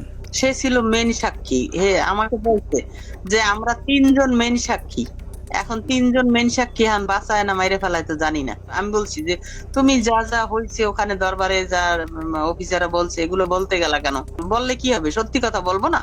হাসিনা ইচ্ছে করে মারছে, বলবো না? আমি যদি মরে যাই মরে যাবো, তার অসুবিধা। পিলখানা জামে মসজিদের ইমাম সাহেব শুধু দরবার হল নয়, আরো অনেক কিছু সাক্ষী ছিলেন।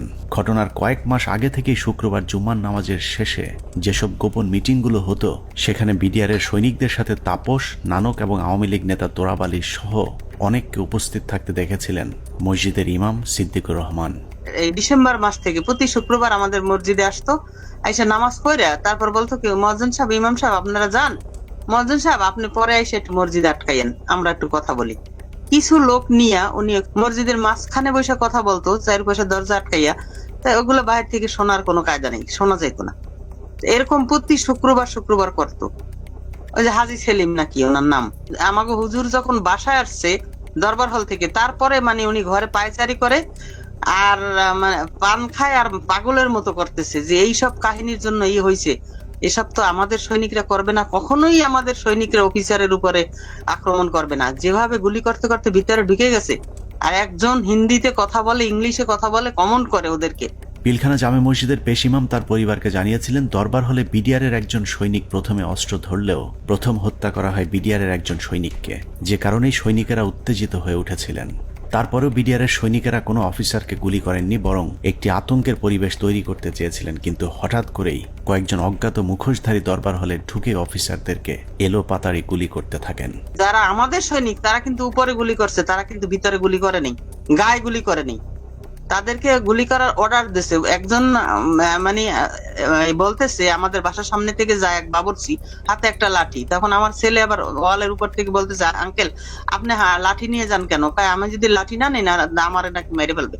এখন এরা ভয়ে এরা অস্ত্র নিছে, কিন্তু এরা গুলি করে নাই। এরা কি করছে, ওই ছাদের দিকে গুলি করছে, উপরে গুলি করছে, এই করিডোরে ওরা বের হয়ে চলে গেছে।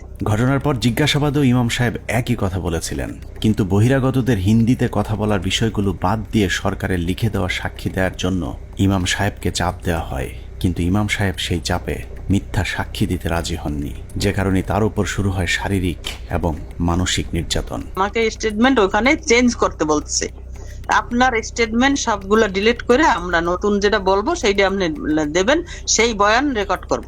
এটার জন্য খুব চাপ দিয়েছে। চাপ দেওয়ার পর উনি বলছে যে আমি কোনোদিন এটা পাল্টাবো না, কারণ আমি যা চোখে দেখছি এবং আমি যা যা দেখছি, যা যা ঘটনা ঘটছে, এগুলো আমি বলবোই, এটা ছাড়া আমি মিথ্যা কথা বলতে পারবো না। সেটা আপনারা যা করেন করেন।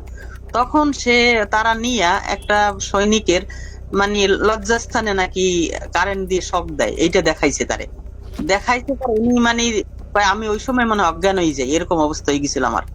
আমি মানুষ এরকম কিভাবে করে? তারপরেও ইমাম সাহেব কোনোভাবেই মিথ্যা বলতে রাজি না হওয়ায় 2009 সালের 12ই মার্চ জিজ্ঞাসাবাদের জন্য ডেকে নিয়ে যাওয়া হয় তাকে। সেদিনই ছিল তার জীবনের শেষ দিন। নিজের পায়ে হেঁটে যাওয়া মানুষটি পরদিন পরিবারের কাছে লাশ হয়ে ফিরে আসেন। বিডিআর এর 3টা থেকে 6টা পর্যন্ত কি চিকিৎসা হয়েছে এবং ঢাকা মেডিকেলেও যে কি চিকিৎসা হয়েছে আমরা তো কোনো চিকিৎসার কিছুই জানি না। এবং পোস্টমর্টম রিপোর্ট কি আসলো, আসল রিপোর্ট, যে সেই রিপোর্টটা আমাদেরকে দিল না। পিলখানা জামে মসজিদের পেশিমা মাওলানা রফিকুল ইসলামের মৃত্যুর কারণ হিসাবে পরিবারকে জানানো হয়েছিল হার্ট অ্যাটাক। ইমাম সাহেবের মতো 3 তারিখের পর থেকে হঠাৎ করেই পিলখানা থেকে ধরে নিয়ে যাওয়া বিডিআর সদস্যদের হার্ট অ্যাটাক এবং আত্মহত্যার সংখ্যা বাড়তে থাকে, যা ছিল মূলত সেনাবাহিনীর বিডিআর সদস্যদেরকে হত্যার একটি কৌশল। আত্মহত্যার নামে সেনাবাহিনীর এরকম এক হত্যাকাণ্ডের শিকার দিনাজপুর সেক্টরের বিডিআরের নায়েক সুবেদার মোজাম্মেল হক। প্রায় 6 ফুট লম্বা একজন মানুষকে হত্যার পর লো হাইটের বাথরুমের সিলিংয়ে ঝুলিয়ে রেখে আত্মহত্যার গল্প সাজানো হয়। মেজর আসাদ স্যার মারা গিয়েছিলেন, লেফটেন্যান্ট কর্নেল কায়সার স্যার ওনার কিলারদেরকে আইডেন্টিফাই করা। তারপরে আমাদের খুব গুরুত্বপূর্ণ একজন ভালো মানুষ সেন্ট্রাল সুবেদার মেজর নুরুল ইসলাম, উনার হত্যাকাণ্ডে খুনে কারা ছিল। তারপরে মেজর সালাম। এ প্রসঙ্গে আরেকটা ইএমই ব্রাঞ্চ, যেটা ইএমই বিডিআর এর অংশ, তো ইএমইর যে ডিএডি কে জিজ্ঞাসাবাদ করা হয়, ওই জিজ্ঞাসাবাদ করে ওই বিকালবেলা ওই ইএমই ডিএডি কে আমরা ব্যারাকে ফেরত দিয়ে আসি। দিয়ে আসার পর কয়েক ঘন্টা পরে মনে হয় সন্ধ্যাবেলা আমরা খবর পেলাম যে আমি সেটে খুব শুনলাম যে ব্যারাকে একজন আত্মহত্যা করছে। পিলখানা হত্যাকাণ্ডের মাস 3 আগে থেকে যেসব মিটিংগুলো হতো, এরকম গোপন 2-1টি মিটিংয়ে উপস্থিত ছিলেন ডিএডি হাবিব। আওয়ামী লীগ নেতা এবং বিডিআরের কিছু সদস্যের গভীর ষড়যন্ত্র বুঝতে পেরে সে মিটিংয়ের গুরুত্বপূর্ণ কিছু আলোচনা গোপনে রেকর্ড করেছিলেন, যে কারণে পিলখানা হত্যা মামলায় ডিএডি হাবিবের গুরুত্বপূর্ণ জবানবন্দি পাওয়া যেত। কিন্তু জিজ্ঞাসাবাদের নামে তাকে 2009 সালে হত্যা করা হয়। তবে মৃত্যুর আগের জিজ্ঞাসাবাদের সময়কার একটি রেকর্ড আমরা আমাদের অনুসন্ধানে সংগ্রহ করেছি। এত নিরীহ লোক মারা যাচ্ছে, তো এই জন্য আমার ওই লাগছে। আমার কাছে যারা এই কেসের হত্যা, তাদের আমার কাছে রেকর্ড আছে। কি রেকর্ড আছে? Mobile record. মোবাইল রেকর্ড কোথায়? আমার বাসায় আছে, আমার স্ত্রীর কাছে একটা আছে, আর একটা আমার একজন লেখা আছে কয় তারিখ যেন এটা করা আছে। ডিএডি হাবিবের বাসার সেই ক্যাসেট হয়তো সেনাবাহিনী উদ্ধার করেছিল, কিন্তু আদালতে উপস্থাপন করা হয়নি, কারণ সেখানে আওয়ামী লীগ নেতাদের জড়িত থাকার সব প্রমাণ ছিল। রেকর্ডে লিখে রাখছি এই এদের সাথে কথোপকথনে কারা কারা জড়িত এর ভিতর। বেশ কিছু লোক আছে, যেমন এটা প্রথমে ছিল আগে এমপি সেলিমের কাছে। কোন সেলিম? এমপি শেখ সেলিম আর কি। শেখ সেলিম, হ্যাঁ। আওয়ামী লীগের সাথে বিডিআরের ধারাবাহিক এসব গোপন মিটিং এর বিষয়টি জানার পর কিছু সৈনিক বিডিআরের নিজস্ব সিকিউরিটি ইউনিটকে জানিয়েছিল। ঘটনার 4 দিন আগে 21শে ফেব্রুয়ারি সিকিউরিটি ইউনিটের সিনিয়র জেসিও নায়ক সুবেদার রফিকুল ইসলাম বিডিআর সৈনিকদের কাছ থেকে প্রাপ্ত তথ্য ডিজিএফআই সহ ঊর্ধ্বতন সেনা গোয়েন্দা কর্তৃপক্ষকে জানিয়েছিলেন। তার সেই তথ্যের ভিত্তিতে কিছু পদক্ষেপও নেওয়া হয়েছিল, কিন্তু শেষ রক্ষা হয়নি। সুবেদার রফিকুল ইসলামকে প্রথমে ঘটনার গুরুত্বপূর্ণ সাক্ষী হিসেবে অন্তর্ভুক্ত করা হয়েছিল, কিন্তু হত্যাকাণ্ডে সেনাবাহিনীর সম্পৃক্ত থাকার বিষয়টি ধামাচাপা দিতে ঘটনার প্রায় 2 মাস পরে তাকে আটক করা হয়। কিন্তু মামলার প্রথম চার্জশিটে সুবেদার রফিকুল ইসলামের নাম না থাকা সত্ত্বেও সম্পূরক চার্জশিটের মাধ্যমে তাকে 12 নম্বর আসামি হিসেবে অন্তর্ভুক্ত করা হয়। নির্বাচনের উপলক্ষে তুরাবালি, যেটা হাজারীবাগের আওয়ামী লীগের নেতা যে লিটনের বাবা, তার সঙ্গে আমাদের বিডিআর সদস্যরা মিটিং এ করে কিভাবে তাপস সাহেবকে নির্বাচনে জয়ী করা যায়। যদি নির্বাচনে জয়ী করে দিতে পারো তোমাদেরকে অনেক সুযোগ সুবিধা দেওয়া হবে। এর উপর বেসিস করে আমাদের কিছু সদস্য তাপসের বাসায় যায় এবং সেখানে তাপস তাদেরকে তার নির্বাচনী কাজকর্ম করার কথা বলে এবং তাদের যে সমস্ত তারা কিছু দাবি দেওয়া পেশ করে, সেই দাবি দেওয়া গুলা পুরা হবে বলে তাদেরকে আশ্বাস দেয়। আমি ঘটনা ঘটার 5 দিন পূর্বে 21 ফেব্রুয়ারি কর্তৃপক্ষকে জানাই আমার রিপোর্টের বেসিস করিয়া পিলখানার সমস্ত ম্যাগাজিনে কোয়ার্টার এই কুতে অফিসার নিয়োগ দেওয়া হয় এবং বাহিরের যে সমস্ত গোয়েন্দারা ডিউটি করে।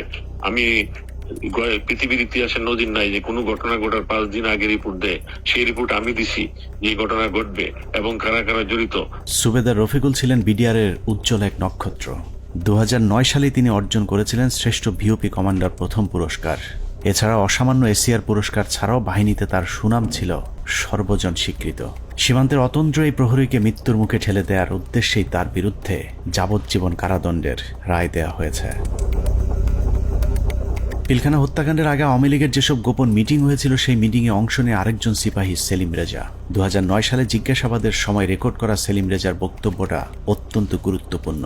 স্যার, আমি নির্বাচনের আগে ব্যারিস্টার ফজলুর তাপস বিডিআর কেন্দ্রে মসজিদে নামাজ পড়তে আসতেন। ওখানে আসার পরে captain colonel Shams, captain colonel Furqan, major Reza ওনারা কথা বলতেন।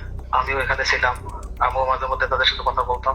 কথা বলার এক পর্যায়ে নির্বাচনের কিছু আগে আবার তাপস সাহেব পিলখানার ভিতরে এসে নির্বাচনী ঘোষণা শুরু করে।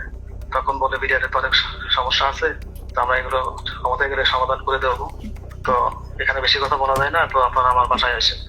এই চলে গেল। এরপরে যখন নির্বাচন হয়ে গেল, নির্বাচন হয়ে যাওয়ার পরে ক্যাপ্টেন কর্নেল শামস উদ্বুদ্ধ করলো আমাদেরকে, তোমরা যে কথাবার্তা বললে তো তোমাদের দাবি দেওয়া তো কেমন কিছু হলো না। এখন আমি একটা প্ল্যান করে দিচ্ছি, তোমরা সেই প্ল্যান মোতাবেক শেখ সেলিমের বাসায় যাবো, তোমাদের দাবি দেওয়া জানিয়ে আসবো, আর যা যা করা লাগে আমি করে দেবো সবকিছু। জিজ্ঞাসাবাদে সেলিম রেজা জানিয়েছিলেন তাপস সেলিমদের সাথে গোপন বৈঠকে বিডিআর সদস্যদেরকে বলা হয়েছিল দরবার হলে শুধুমাত্র বিডিআর ডিজিকে জিম্মি করলেই শেখ হাসিনা তাদের সব শর্ত মেনে নেবেন। কিন্তু দরবার হলে যখন অফিসারদেরকে গুলি করে হত্যা করা শুরু হয় তখন সেলিম রেজা বহিরাগত খুনিদের বিরুদ্ধে অস্ত্র তুলে ধরেছিলেন, যে কারণে তিনিও গুলিবিদ্ধ হন। পিলখানার ঘটনায় সেলিম রেজার গুলিবিদ্ধ হয়ে হাসপাতালে ভর্তি হবার প্রমাণও আমাদের কাছে রয়েছে।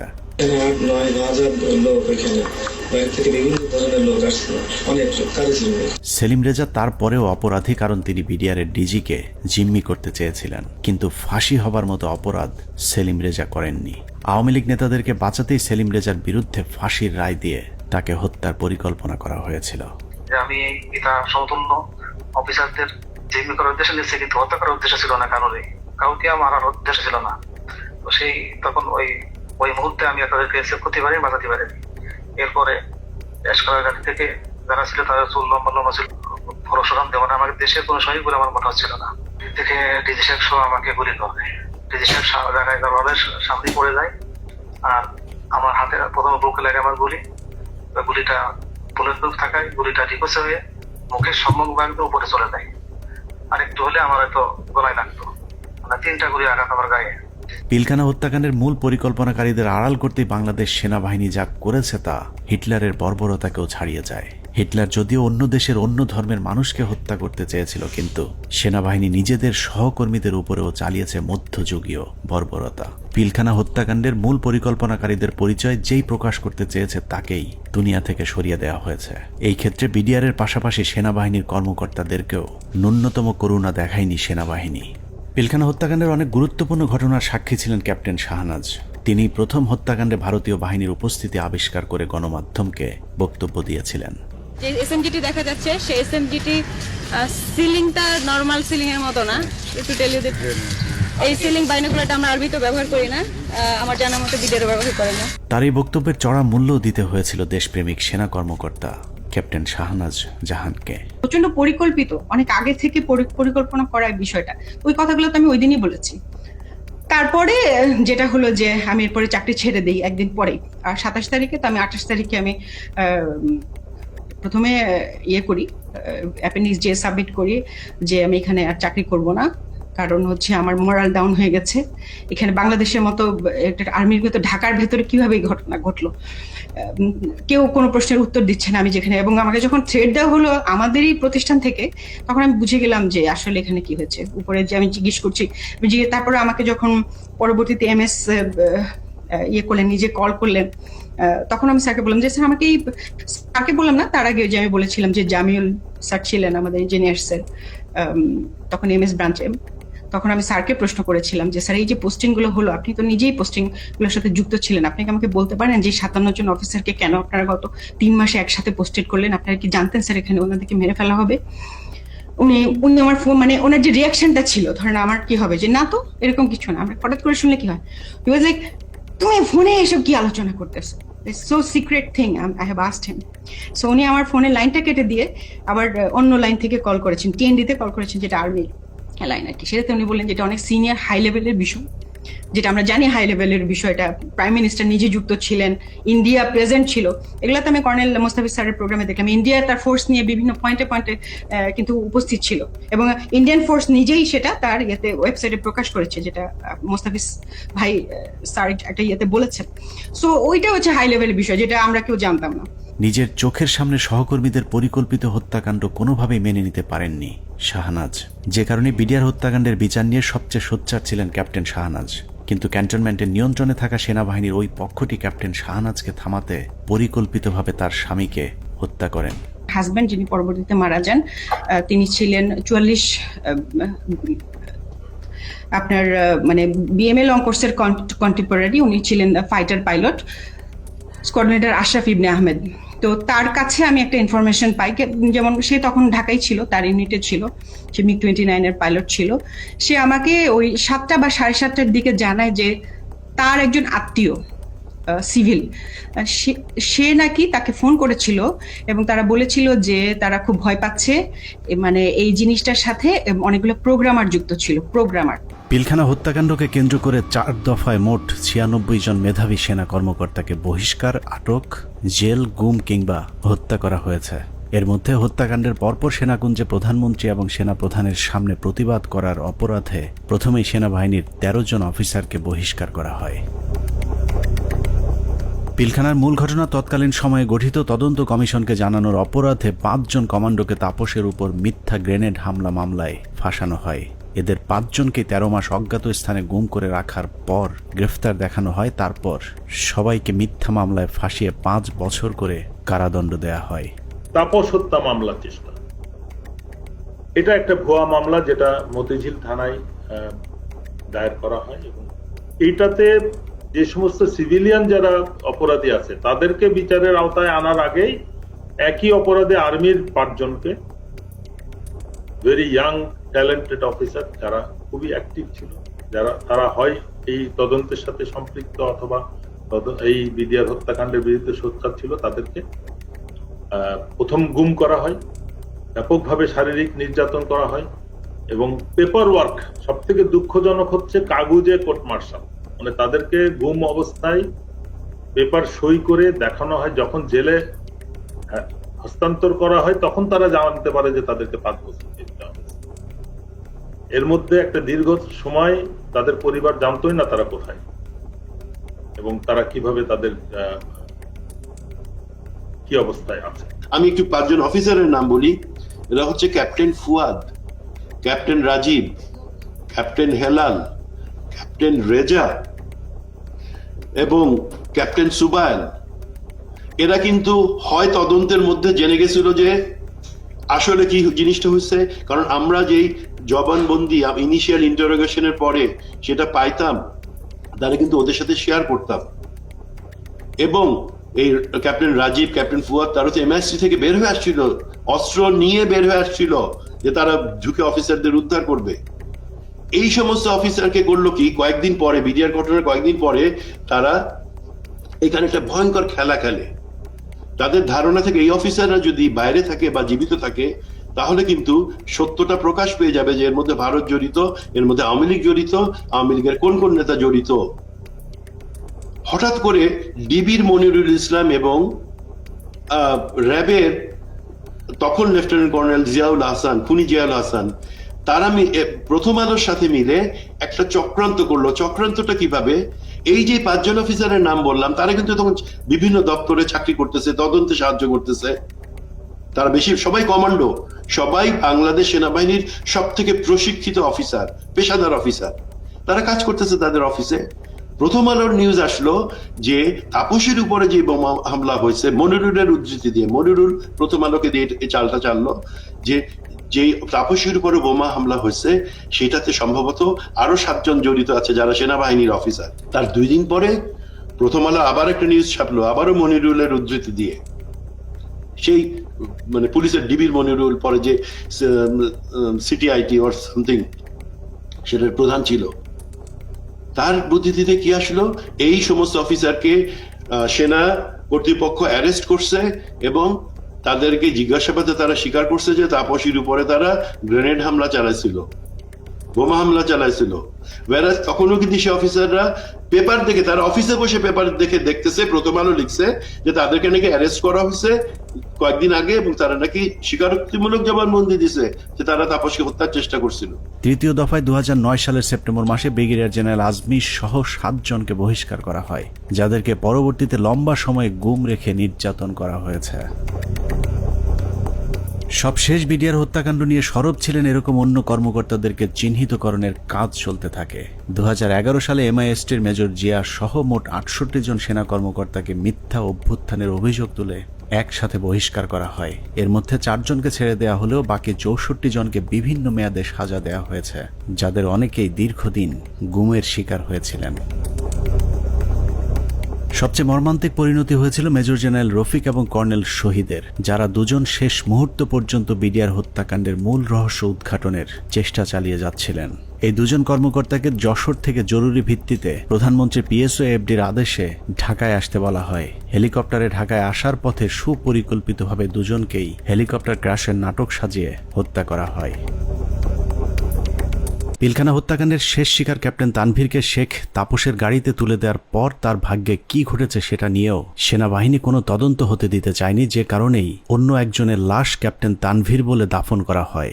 সেনাবাহিনীর পক্ষ থেকে অপরিচিত একজনের কবরে তানভীরের নাম ফলক বসিয়ে দেওয়া হয়, কিন্তু তানভীরের পরিবার এখনো প্রিয় মানুষের অপেক্ষায়।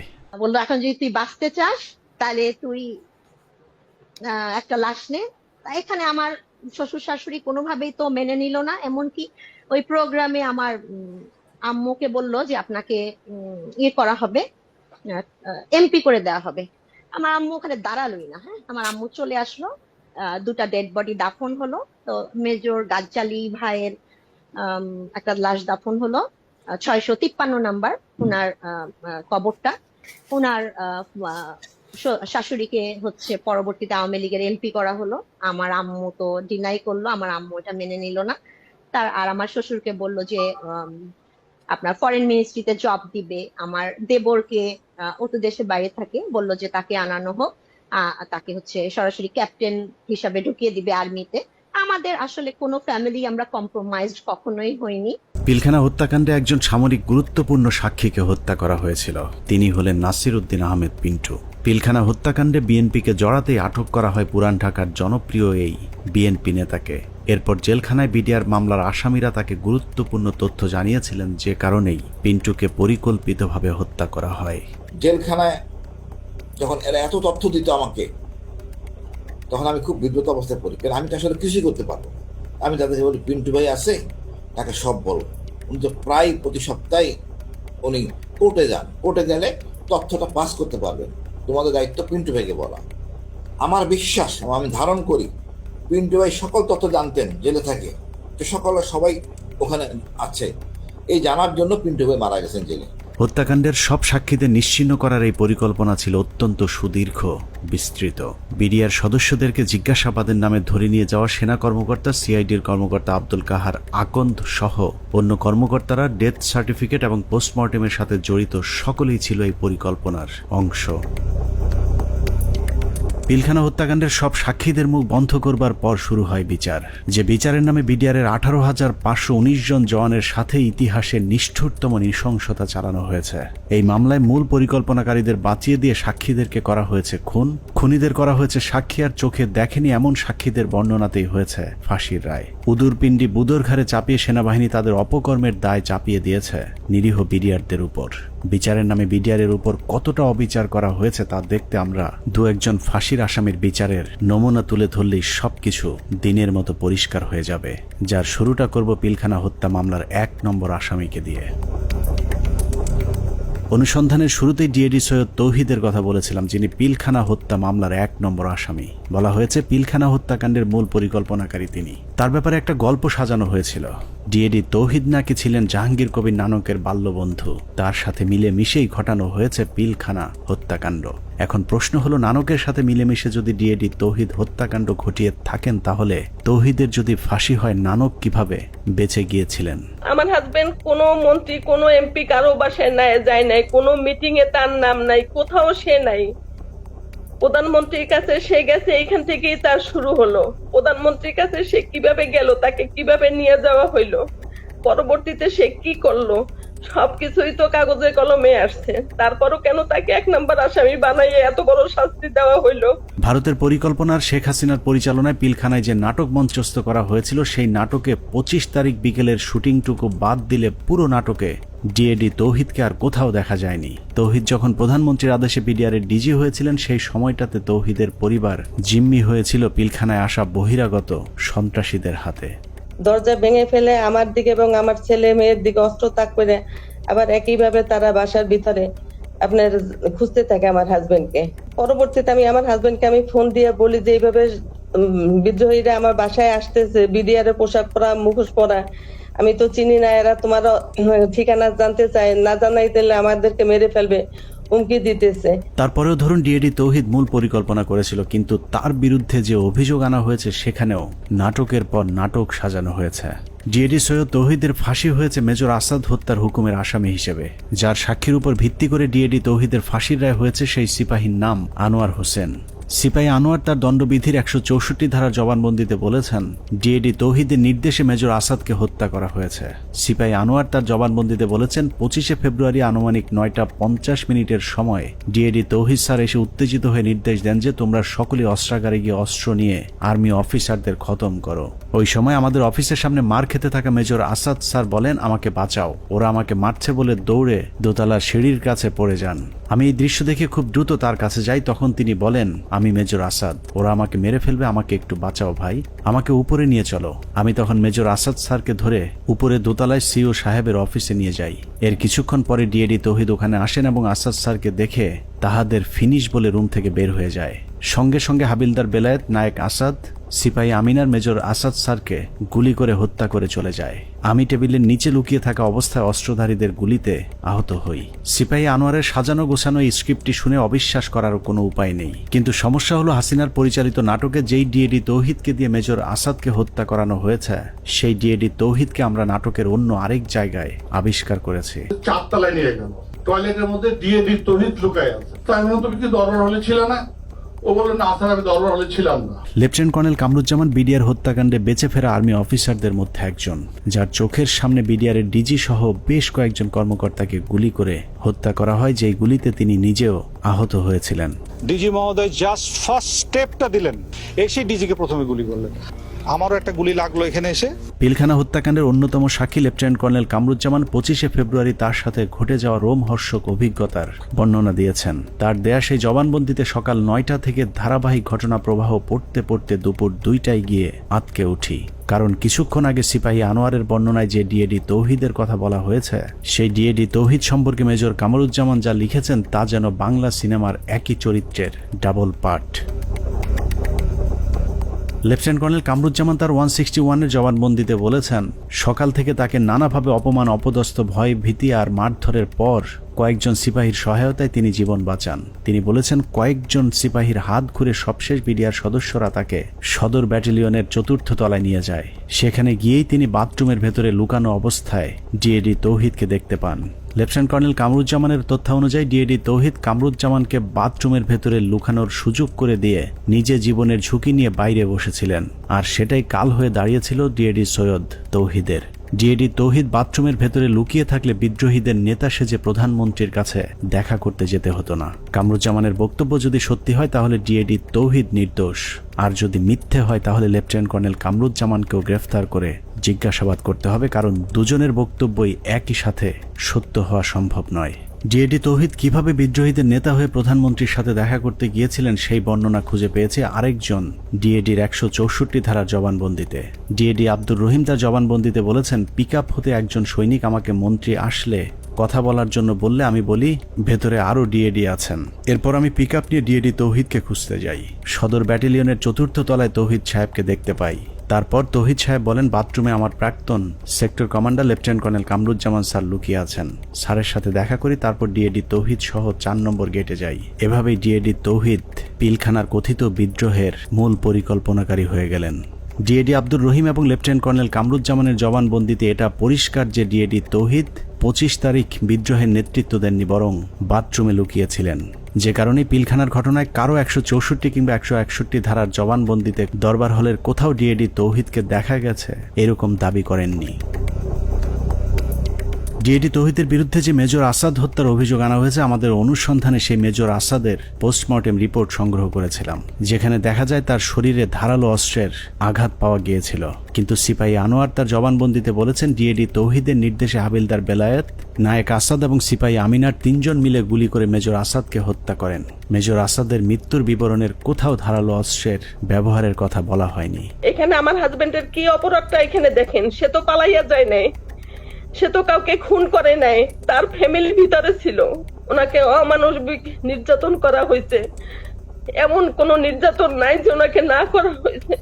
এখন শরীরের প্রতিটা অঙ্গ প্রত্যঙ্গ ড্যামেজ হয়ে যাইতেছে আস্তে আস্তে। শেখ হাসিনার কাছে নিয়ে যাওয়া প্রতিনিধি দলের আরেক সদস্য ডিএডি মোহাম্মদ আব্দুল জলিল শেখ। হসপিটাল ইউনিটের কোয়ার্টার মাস্টারে কর্মরত থাকা ডিএডি জলিল গোলাগুলির শব্দ শুনে হাসপাতালের অন্য সহকর্মীদের সাথে সিগন্যাল মেসের ভেতরে অবস্থান নিয়েছিলেন। সেখান থেকে বিকেলে প্রধানমন্ত্রীর সাথে সাক্ষাতের জন্য তাকে জোর করে নিয়ে যাওয়া হয়। মুখোশধারী সৈনিক আব্বুকে ধরে গাড়িতে তুলে 4 নম্বর গেটে নিয়ে আসে প্রধানমন্ত্রীর সাথে দাবি দেওয়া নিয়ে আলোচনা করার জন্য। আব্বু সেখানে যেতে না চাইলে আব্বুকে মারধর করা হয় এবং হুমকি দেওয়া হয় যে এখানে তাকে গুলি করে হত্যা করা হবে। 3:30টার দিকে আব্বু আম্মুর ফোনে কল দেন, কল দিয়ে বলেন আব্বুকে যমুনায় নিয়ে যাওয়া হচ্ছে।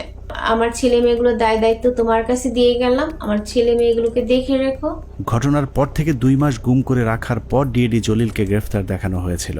এই 2 মাসে জলিলের হাত পায়ের 10 আঙুলের সবগুলো নখ উপড়ে ফেলা অবস্থায় আদালতে তোলা হয়। সেই থেকে 2 পা সোজা করে আর হাঁটার সৌভাগ্য হয়নি ডিএডি আব্দুল জলিল শেখের। র্যাব 1-এ নিয়ে অমানসিক নির্যাতন করা হয়। আব্বুর হাত পায়ের নখ উঠাই ফেলা হয়, থেতলে আঙুলগুলো থেতলে ফেলা হয়, পায়ের নখে সুচ ঢুকানো হয়, কারেন্টের শর্ট দেওয়া হয়, পেনিসে। ডিএডি জলিলকে যাদের সাক্ষীর উপর ভিত্তি করে ফাঁসি দেওয়া হয়েছে সেখানে বেশিরভাগ সাক্ষী বলেছে টেলিভিশনে দেখেছি, পত্রিকায় পড়েছি বা অমকের কাছে শুনেছি, কিন্তু কেউ ডিএডি জলিলকে কোথাও কাউকে হত্যা, লুটপাট কিংবা ধর্ষণ করতে দেখেননি। এসব সাক্ষীদের একজন মেজর জায়েদি। তিনি জানিয়েছেন কিভাবে তাকে ডিএডি জলিলের বিরুদ্ধে সাক্ষ্য দেওয়ানো হয়েছে। তাকেও আমি উক্ত এলাকায় দেখেছিলাম এবং আমি শনাক্ত করতে পেরেছিলাম, বাট তার নাম জানতাম না। জেনারেল আজিজ, তদানীন্তন Dhaka sector commander colonel Aziz আমাকে জানিয়েছিলেন উক্ত অফিসারের নাম ডিএডি জলিল। তার মুখ ভর্তি দাড়ি ছিল, চাপা দাড়ি।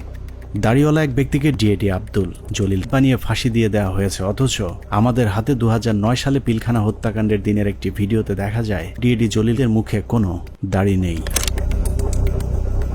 এখন প্রশ্ন আসতে পারে, পিলখানা হত্যাকাণ্ডের সাথে কি তাহলে কোনো বিডিআর সদস্য জড়িত ছিল না?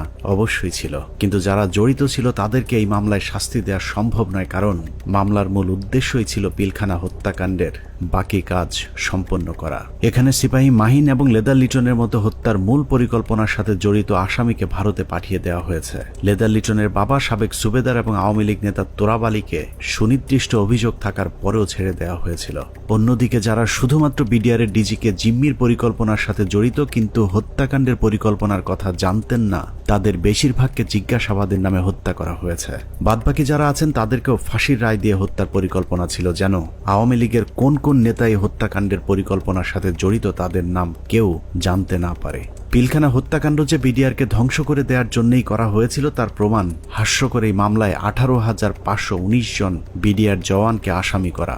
এদের মধ্যে বেশিরভাগ বিডিআর জওয়ান নির্দোষ প্রমাণিত হলেও কাউকেই চাকরি ফেরত দেওয়া হয়নি। উল্টো যাদেরকে ছেড়ে দেওয়া হয়েছে সবার কাছ থেকে বড় অঙ্কের টাকা নিয়ে তারপর তাদেরকে মুক্তি দেওয়া হয়। অনেক অপরাধীকে টাকার বিনিময়ে সাক্ষী বানানো হয়েছে, আবার অনেক নিরীহ বিডিআর সদস্যকে কোনো কারণ ছাড়াই শাস্তি দেওয়া হয়েছে। 2009 সালের 25 ও 26 তারিখে বিডিআর পিলখানায় ঘটে যায় বিডিআর বিদ্রোহের নারকীয় হত্যাকাণ্ড। এই হত্যাকাণ্ডের সময় সে 9 দিনের ছুটিতে বাড়িতে অবস্থান করে। সে ছুটিতে থাকার কারণে তাকে সেই অভিযুক্তের বাইরে রাখা হয়। পরবর্তীতে সিআইডি দীর্ঘ 7 মাস পর 2009 সালে সেপ্টেম্বর মাসের 10 তারিখে তাকে কর্মরত অবস্থায় গ্রেপ্তার করে জেল হাজতে প্রেরণ করে। এই মামলার বিচার কার্য শুরু হয় বকশীবাজার আলিয়া মাদ্রাসা মাঠে। রায়ে তাকে যাবজ্জীবন কারাদণ্ড দেওয়া হলো। দীর্ঘ শুনানি শেষে 2017 সালে এই মামলার রায় প্রদান করা হয়। রায়ে আমার ছোট ভাই আতিকুর রহমানকে খালাস প্রদান করা হয়। তখন এই জামিনের বিরোধিতা করে রাষ্ট্রপক্ষ সুপ্রিম কোর্টে আপিল করে। এমতো অবস্থায় এখনো পর্যন্ত আমরা কোনোভাবে আমার ছোট ভাইয়ের মুক্তির কোনো ব্যবস্থা করতে পারিনি। আমার ছোট ভাই যে ছুটিতে ছিল, যে সে নির্দোষ, এটি সবকিছুতে প্রমাণ হয়ে গেছে। তাকে মুক্তি দেওয়া আমি মনে করি যে এটা সরকারের দায়িত্ব। এভাবেই চলেছে পিলখানা হত্যাকাণ্ডের বিচারের নামে অবিচার। আতিক থেকে তৌহিদ পিলখানা হত্যাকাণ্ডের বিচারের নামে 18,000 পরিবারের সাথে গেল 16 বছর যা হয়েছে তাই পৃথিবীর ইতিহাসে আর কখনোই হয়েছে কিনা আমাদের জানা নেই। মামলা, তদন্ত, জিজ্ঞাসাবাদ থেকে শুরু করে জবানবন্দি, কোথাও ন্যায় বিচার পায়নি বিডিআরের পরিবারগুলো। ফ্যামিলি ধ্বংস হওয়ার মতো যা যা দরকার সবকিছুই ঘটছে আপনার ফ্যামিলিতে। বাংলাদেশের ইতিহাসে যদি 5 আগস্ট না আসতো তাহলে বিডিআরের এই আর্তনাদ হয়তো উঁচু লাল দালানের বাইরের কেউ শুনতে পেত না। বিডিআরের পরিবার কারো করুণা চায় না, তারা চায় ন্যায় বিচার।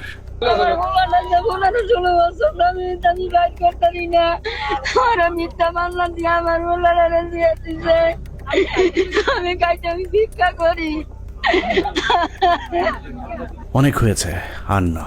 পিলখানা হত্যাকাণ্ড নিয়ে নতুন করে কমিশন তৈরি হয়েছে। আমরা সেই কমিশনের কাছে সুষ্ঠু তদন্ত চাই। আমরা কমিশনের প্রতিদ্বন্দ্বী নই, বরং কমিশনের সুবিধার্থে আমরা পিলখানা হত্যাকাণ্ড নিয়ে গঠিত প্রথম তদন্তের সাথে জড়িত কয়েকজন কর্মকর্তার কিছু পর্যবেক্ষণ দিয়ে অনুসন্ধান শেষ করব।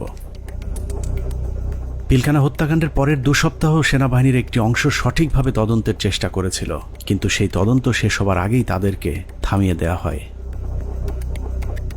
আমি তদন্তকালে যেটা দেখলাম, কিছু বিষয় তদন্তে মনোযোগী হওয়ার কারণে কমিটির অন্যান্যরা আমাকে মোটামুটি একটা হোস্টাইল মেম্বার হিসেবে চিহ্নিত করে এবং অসহযোগিতা শুরু করে এবং আমার কার্যক্রমকে তারা ওপেনলি ডিসক্রেডিট করার চেষ্টা করে। এই পরিস্থিতিতে যখন তারা ব্যর্থ হয় তখন ব্রিগেডিয়ার রফিককে আমাদের তদন্ত কমিটির একজন সদস্য কোনো চাহিদা বা কোনো প্রয়োজন ছাড়াই আমার সিনিয়র তাকে সম্পৃক্ত করে, যেহেতু উনি সিনিয়র, উনি সম্পূর্ণ দায়িত্বটা নিয়ে নেন এবং পরবর্তীতে রিপোর্ট সাবমিট করেন। তদন্তকারী দল একটি বিষয় লক্ষ্য করেন যে পিলখানা হত্যাকাণ্ডে যাদেরকে হত্যা করা হয়েছে তাদের বেশিরভাগকে খুব সম্প্রতি বিডিআরে বদলি করা হয়েছিল। এই বদলির সাথে যারা সম্পৃক্ত ছিল তাদেরকে সন্দেহভাজন মনে করেন তদন্তকারী ওই সেনা কর্মকর্তারা। পিলখানা হত্যাকাণ্ডের বহুল আলোচিত নাম কর্নেল রেজা নূর, যিনি ঘটনার একদিন আগে একরকম জোর করে কর্নেল গুলজারকে র্যাব থেকে বিডিআরে পাঠান। পিলখানায় গন্ডগোলের খবর শুনে ঘটনাস্থলে যাওয়া প্রথম দলটি ছিল র্যাবের এডিজি রেজা নূর র্যাবের ওই দলটিকে পিলখানায় ঢুকতে বাধা দিয়েছিলেন। কর্নেল গুলজার ওই সময়টাতে র্যাবে পোস্টিং থাকলে পরিস্থিতি অন্যরকম হতে পারত। এইখানে মেইন গেটে শামসাররা ছিলেন, র্যাব 2 ছিল, মানে র্যাব 2 প্লাস হচ্ছে মানে শামসার অলরেডি বলেছেন যে মানে আয়ত্তের মধ্যেই ছিল, কিন্তু কোনোভাবেই অর্থাৎ রেজানুর খান স্যারের সঙ্গে উনি আবার মানে আমার আগের সিও ছিলেন, সেই হিসাবে স্যারের সঙ্গে আমারও কথা হয় যে স্যার এই ব্যাপার তো এটা আমরা ইয়ে করতে পারি, কোনোভাবেই মানে এটা অপারেশন করার কোনো মানে উনি কোনো পারমিশন দেননি। পিলখানা হত্যাকাণ্ডে শহীদদের একটা বড় অংশ ছিলেন যারা ভারতের সাথে ব্রহ্মমারি এবং পাদুয়া যুদ্ধে অংশ নিয়েছিলেন, যে কারণে তদন্তকারীদের সন্দেহ আরো প্রকট হয়। অতএব হঠাৎ করে এতগুলো পোস্টিং কি কারণে কেন হয়েছিল সেটা খতিয়ে দেখতে হবে। তখন আমি স্যারকে প্রশ্ন করেছিলাম যে স্যার এই যে পোস্টিং গুলো হলো, আপনি তো নিজেই পোস্টিং গুলোর সাথে যুক্ত ছিলেন, আপনি কি আমাকে বলতে পারেন যে 57 জন অফিসারকে কেন আপনারা গত 3 মাসে একসাথে পোস্টেড করলেন? আপনারা কি জানতেন স্যার এখানে ওনাদেরকে মেরে ফেলা হবে? উনি আমার ফোন মানে ওনার যে রিয়াকশনটা ছিল, ধরেন আমার কি হবে যে না তো এরকম কিছু না, আমরা হঠাৎ করে শুনলে কি হয়, হি ওয়াজ লাইক তুমি ফোনে এসব কি আলোচনা করতেছো, it's so secret thing, I have asked হিম। পিলখানা হত্যাকাণ্ডের সময় আওয়ামী লীগের ছোট একজন নেতা বড় ভূমিকা পালন করেছিল, যার নাম মির্জা আজম। সেনাবাহিনীর সূত্র মনে করে মির্জা আজমের বোন জামাই শায়েখ আব্দুর রহমানকে ফাঁসিতে ঝুলানোর প্রতিশোধ হিসেবেই পিলখানা হত্যাকাণ্ডে যুক্ত হয়েছিলেন মির্জা আজম। উল্লেখ্য, বাংলা ভাই এবং শায়েখ আব্দুর রহমানকে জঙ্গি আস্তানা থেকে গ্রেফতারের মূল নায়ক ছিলেন কর্নেল গুলজার, যে কারণে পিলখানা হত্যাকাণ্ডের পর গঠিত তদন্ত কমিটি মির্জা আজমকে বিভিন্ন বিষয় নিয়ে জিজ্ঞাসাবাদও করেছিল। এই অফিসারগুলো সবাই অপারেশনাল ছিল, অপারেশনাল সাউন্ড ছিল, তাদেরকে সেরকম আর্মি ইনস্টিটিউশনগুলোতে না দিয়ে কেন বিজিবিতে দেওয়া হলো? এটা তার মানে তারা জানতো। এখানে সামরিক সচিবকে জিজ্ঞেস করা উচিত যে আপনাকে কে নির্দেশ দিয়েছিল এই পোস্টিং অর্ডারগুলো দেওয়ার জন্য। সো তাদেরকে আসলে আওতায় আনা উচিত। তাপস, মির্জা আজম, র্যাপিড ডিজি, এডিজি, দেন সামরিক সচিব, ডিজিএফআই ডিজি, শেখ হাসিনা, মইনু আহমেদ, এরা প্রত্যেকেই ডাইরেক্টলি সম্পৃক্ত, কোনো সন্দেহ নেই। পিলখানা 3 ও 4 নম্বর গেটে আওয়ামী লীগের যে মিছিলটি হয়েছিল সেই মিছিলের নেতৃত্ব দেওয়া ব্যক্তিকে আটক করেছিল মেজর মনির, কিন্তু গুরুত্বপূর্ণ সেই আসামিকে কর্নেল সালেহ বাঁচিয়ে দেন। উল্টো ওই ব্যক্তিকে আটকের অপরাধে মেজর মনিরকে শাস্তি দেওয়া হয়। অতএব কর্নেল সালেহকে আটক করলেই জানা যাবে কেন তিনি সেই আসামিকে ছাড়িয়ে নিয়েছিলেন। ওই ছেলেটাকে যখন আমি আপনার অ্যারেস্ট করে নিয়ে আসছি, তো প্রতিমধ্যেই আমি একটা কাজ করেছিলাম, ওর স্বাভাবিক কারণে আমি তখন কথাবার্তা বলতে থাকি, জিজ্ঞাসাবাদ করতে থাকি। তো আমি তখন তাকে একটা তাৎক্ষণিক জিজ্ঞাসাবাদ করেছিলাম যে তোমাকে কি আদেশ দিয়েছিল মিছিল করার জন্য। তো ছেলেটা খুব স্বাভাবিকভাবে বললো যে আমাকে তো ভাই বলছে। ভাই মানে কোন ভাই? বললো যে তাপস ভাই আমারে বলছে যে তুমি একটা মিছিল নিয়ে ঢুকবা। তো আমি তো সেই ওনার কথা অনুযায়ী তো কথা বলতে পারি না, বলছে তো আমাকে করতে হয়। তো আমি তখন একটা মিছিল নিয়ে ওখানে ঢুকলাম, কিন্তু মিছিল নিয়ে ঢুকে যখন আমি বের হয়ে যাই, তো তখন ওই মিছিলের সাথে দেখলাম আমাদের যুবলীগের অনেক ছেলে পেলে, আমাদের এলাকার নেতাকর্মী তখন আমার মিছিলের সাথে বের হয়ে আসলো। পিলখানার লগবুক অনুযায়ী ঘটনার দিন সকাল 6:30 পিলখানার ভেতরে প্রবেশ করেন এবং 7টায় বেরিয়ে আসেন তৎকালীন শিল্পমন্ত্রী দিলীপ বড়ুয়া। আধা ঘন্টার সময় তিনি কাদের সাথে কি কথা বলেছেন সেটা বের করতে হবে। আওয়ামী লীগের সাবেক আরেক এমপি মুশতাক আহমেদ রুহির সরাসরি হত্যাকাণ্ডে জড়িত থাকার প্রমাণ পেয়েছিল সেনাবাহিনীর ওই তদন্তকারী দলটি, যে কারণে তাকে উত্তরা থেকে গ্রেফতার করেছিলেন র্যাব 1-এর সিও মেজর মনির, কিন্তু আটকের কয়েক ঘন্টার মধ্যেই তাকে ছাড়তে বাধ্য করা হয়। আওয়ামী লীগের আরও ডজনখানেক মন্ত্রী প্রতিমন্ত্রীর নাম জিজ্ঞাসাবাদের তালিকায় ছিল, কিন্তু তাদের বিরুদ্ধে পরবর্তীতে কোনো ব্যবস্থা নেওয়া হয়নি। এর মধ্যে সাবেক স্বরাষ্ট্র প্রতিমন্ত্রী সোহেল তাজ ছিলেন অন্যতম সন্দেহভাজন পরিকল্পনাকারী, যিনি পর্দার আড়ালে থেকে ঠান্ডা মাথায় ভারতীয় গোয়েন্দা সংস্থার সাথে যুক্ত হয়েছিলেন। সেনাবাহিনী সূত্র জানিয়েছে সোহেল তাজ পিলখানা হত্যাকাণ্ডের আগে বিদেশে যাবার কথা বললেও সে ঢাকা বিমানবন্দর থেকে সিলেটে গিয়ে সেখান থেকে আবারও হেলিকপ্টারে ঢাকায় ফেরত আসেন। পিলখানার ঘটনায় ভারতের সাথে যোগাযোগ রক্ষায় গুরুত্বপূর্ণ ভূমিকা পালন করেছেন সোহেল তাজ। তদন্ত কমিটি সোহেল তাজের পাসপোর্ট চেক করলেই প্রমাণ হয়ে যাবে তিনি আদৌ ওই সময়টাতে দেশের বাইরে অবস্থান করেছিলেন কিনা। পিলখানা হত্যাকাণ্ডের মতো এত ভয়ঙ্কর একটি সরকারি পরিকল্পনার সময় সোহেল তাজ কোথায় ছিলেন, তার ভূমিকাই বা কি ছিল তা পরিষ্কার হওয়া প্রয়োজন। বলা হয়ে থাকে সোহেল তাজ ঠিক ঘটনার আগে দেশের বাইরে অবস্থান করছিলেন। যদি সেটাও হয়ে থাকে তাহলে তিনি হঠাৎ করে কেন দেশের বাইরে চলে গেলেন? হত্যাকাণ্ডের এই পরিকল্পনা তিনি দেশবাসীকে না জানিয়ে কেন আত্মগোপনে ছিলেন সেটাও খতিয়ে দেখা প্রয়োজন। রাজনৈতিক সম্পৃক্ততাটা স্পষ্ট হয়ে যায় আস্তে আস্তে। এর মধ্যে সব থেকে বেশি ইনভলভ ছিলেন ব্যারিস্টার তাপস, হাজারীবাগ এলাকার এমপি নির্বাচিত হন যিনি। এছাড়া আর যারা ছিলেন, নানক আজম, অ্যাডভোকেট কামরুল, শেখ সেলিম, সোহেল তাজ, ওয়ারেসাত বেলাল, রুহি, দেন মাহবুবা রাগিনী, শেগুপ্তা ইয়াসমিন এমিলি এবং সুবেদার তোরাবালি অবসরপ্রাপ্ত বিজিআরের সদস্য। ভারতীয় পরিকল্পনার বাস্তবায়নের বাংলাদেশ প্রান্তে নেতৃত্ব দিয়েছেন স্বয়ং শেখ হাসিনা নিজে। সকাল থেকে শেখ হাসিনা 3 বাহিনীর প্রধানকে নিয়ে যমুনায় অবস্থান করেছেন। ভারতীয় পরিকল্পনা বাস্তবায়নে শেখ হাসিনা সার্বক্ষণিক ভারতের সাথে যোগাযোগ রক্ষা করেছেন এবং যে কোনো পরিস্থিতিতে শেখ হাসিনাকে বাঁচানোর জন্যও ভারতীয় এয়ারফোর্স প্রস্তুত ছিল বলে প্রমাণ পেয়েছিল সেনা কর্মকর্তারা। 6 প্যারাশুট রেজিমেন্ট, এটা হচ্ছে গিয়ে, এটার লোকেশন হচ্ছে গিয়ে আপনার কলকাতায় কালীকুমুন্দ এয়ারপোর্টে, এয়ার স্ট্রিপে। ওরা স্পিয়ার হেডের নিরাপত্তায় থাকে। ওইখানে একটা কোম্পানি ছিল, ওই কোম্পানি কমান্ডার ছিলেন মেজর কামালদীপ সিং। তাদের একটা রেজিমেন্ট, প্যারাশুট রেজিমেন্ট, 5টার সময় যখন তারা রেডি হয় একটা কোম্পানি, 8টার মধ্যে তাদের একটা ফুল রেজিমেন্ট রেডি হয়। যে রেজিমেন্ট পরবর্তী আমরা জানতে পারি যে ওই রেজিমেন্টের এইম ছিল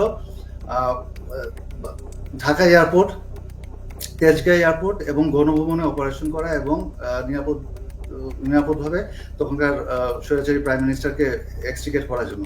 সবশেষ পিলখানা হত্যাকাণ্ডের পরিকল্পনা বাস্তবায়ন এবং হত্যাকাণ্ডের ধামাচাপা দেওয়ার দায়িত্বে যারা ছিল তাদের সবাইকে গ্রেফতার করে বিচারের আওতায় আনতে হবে।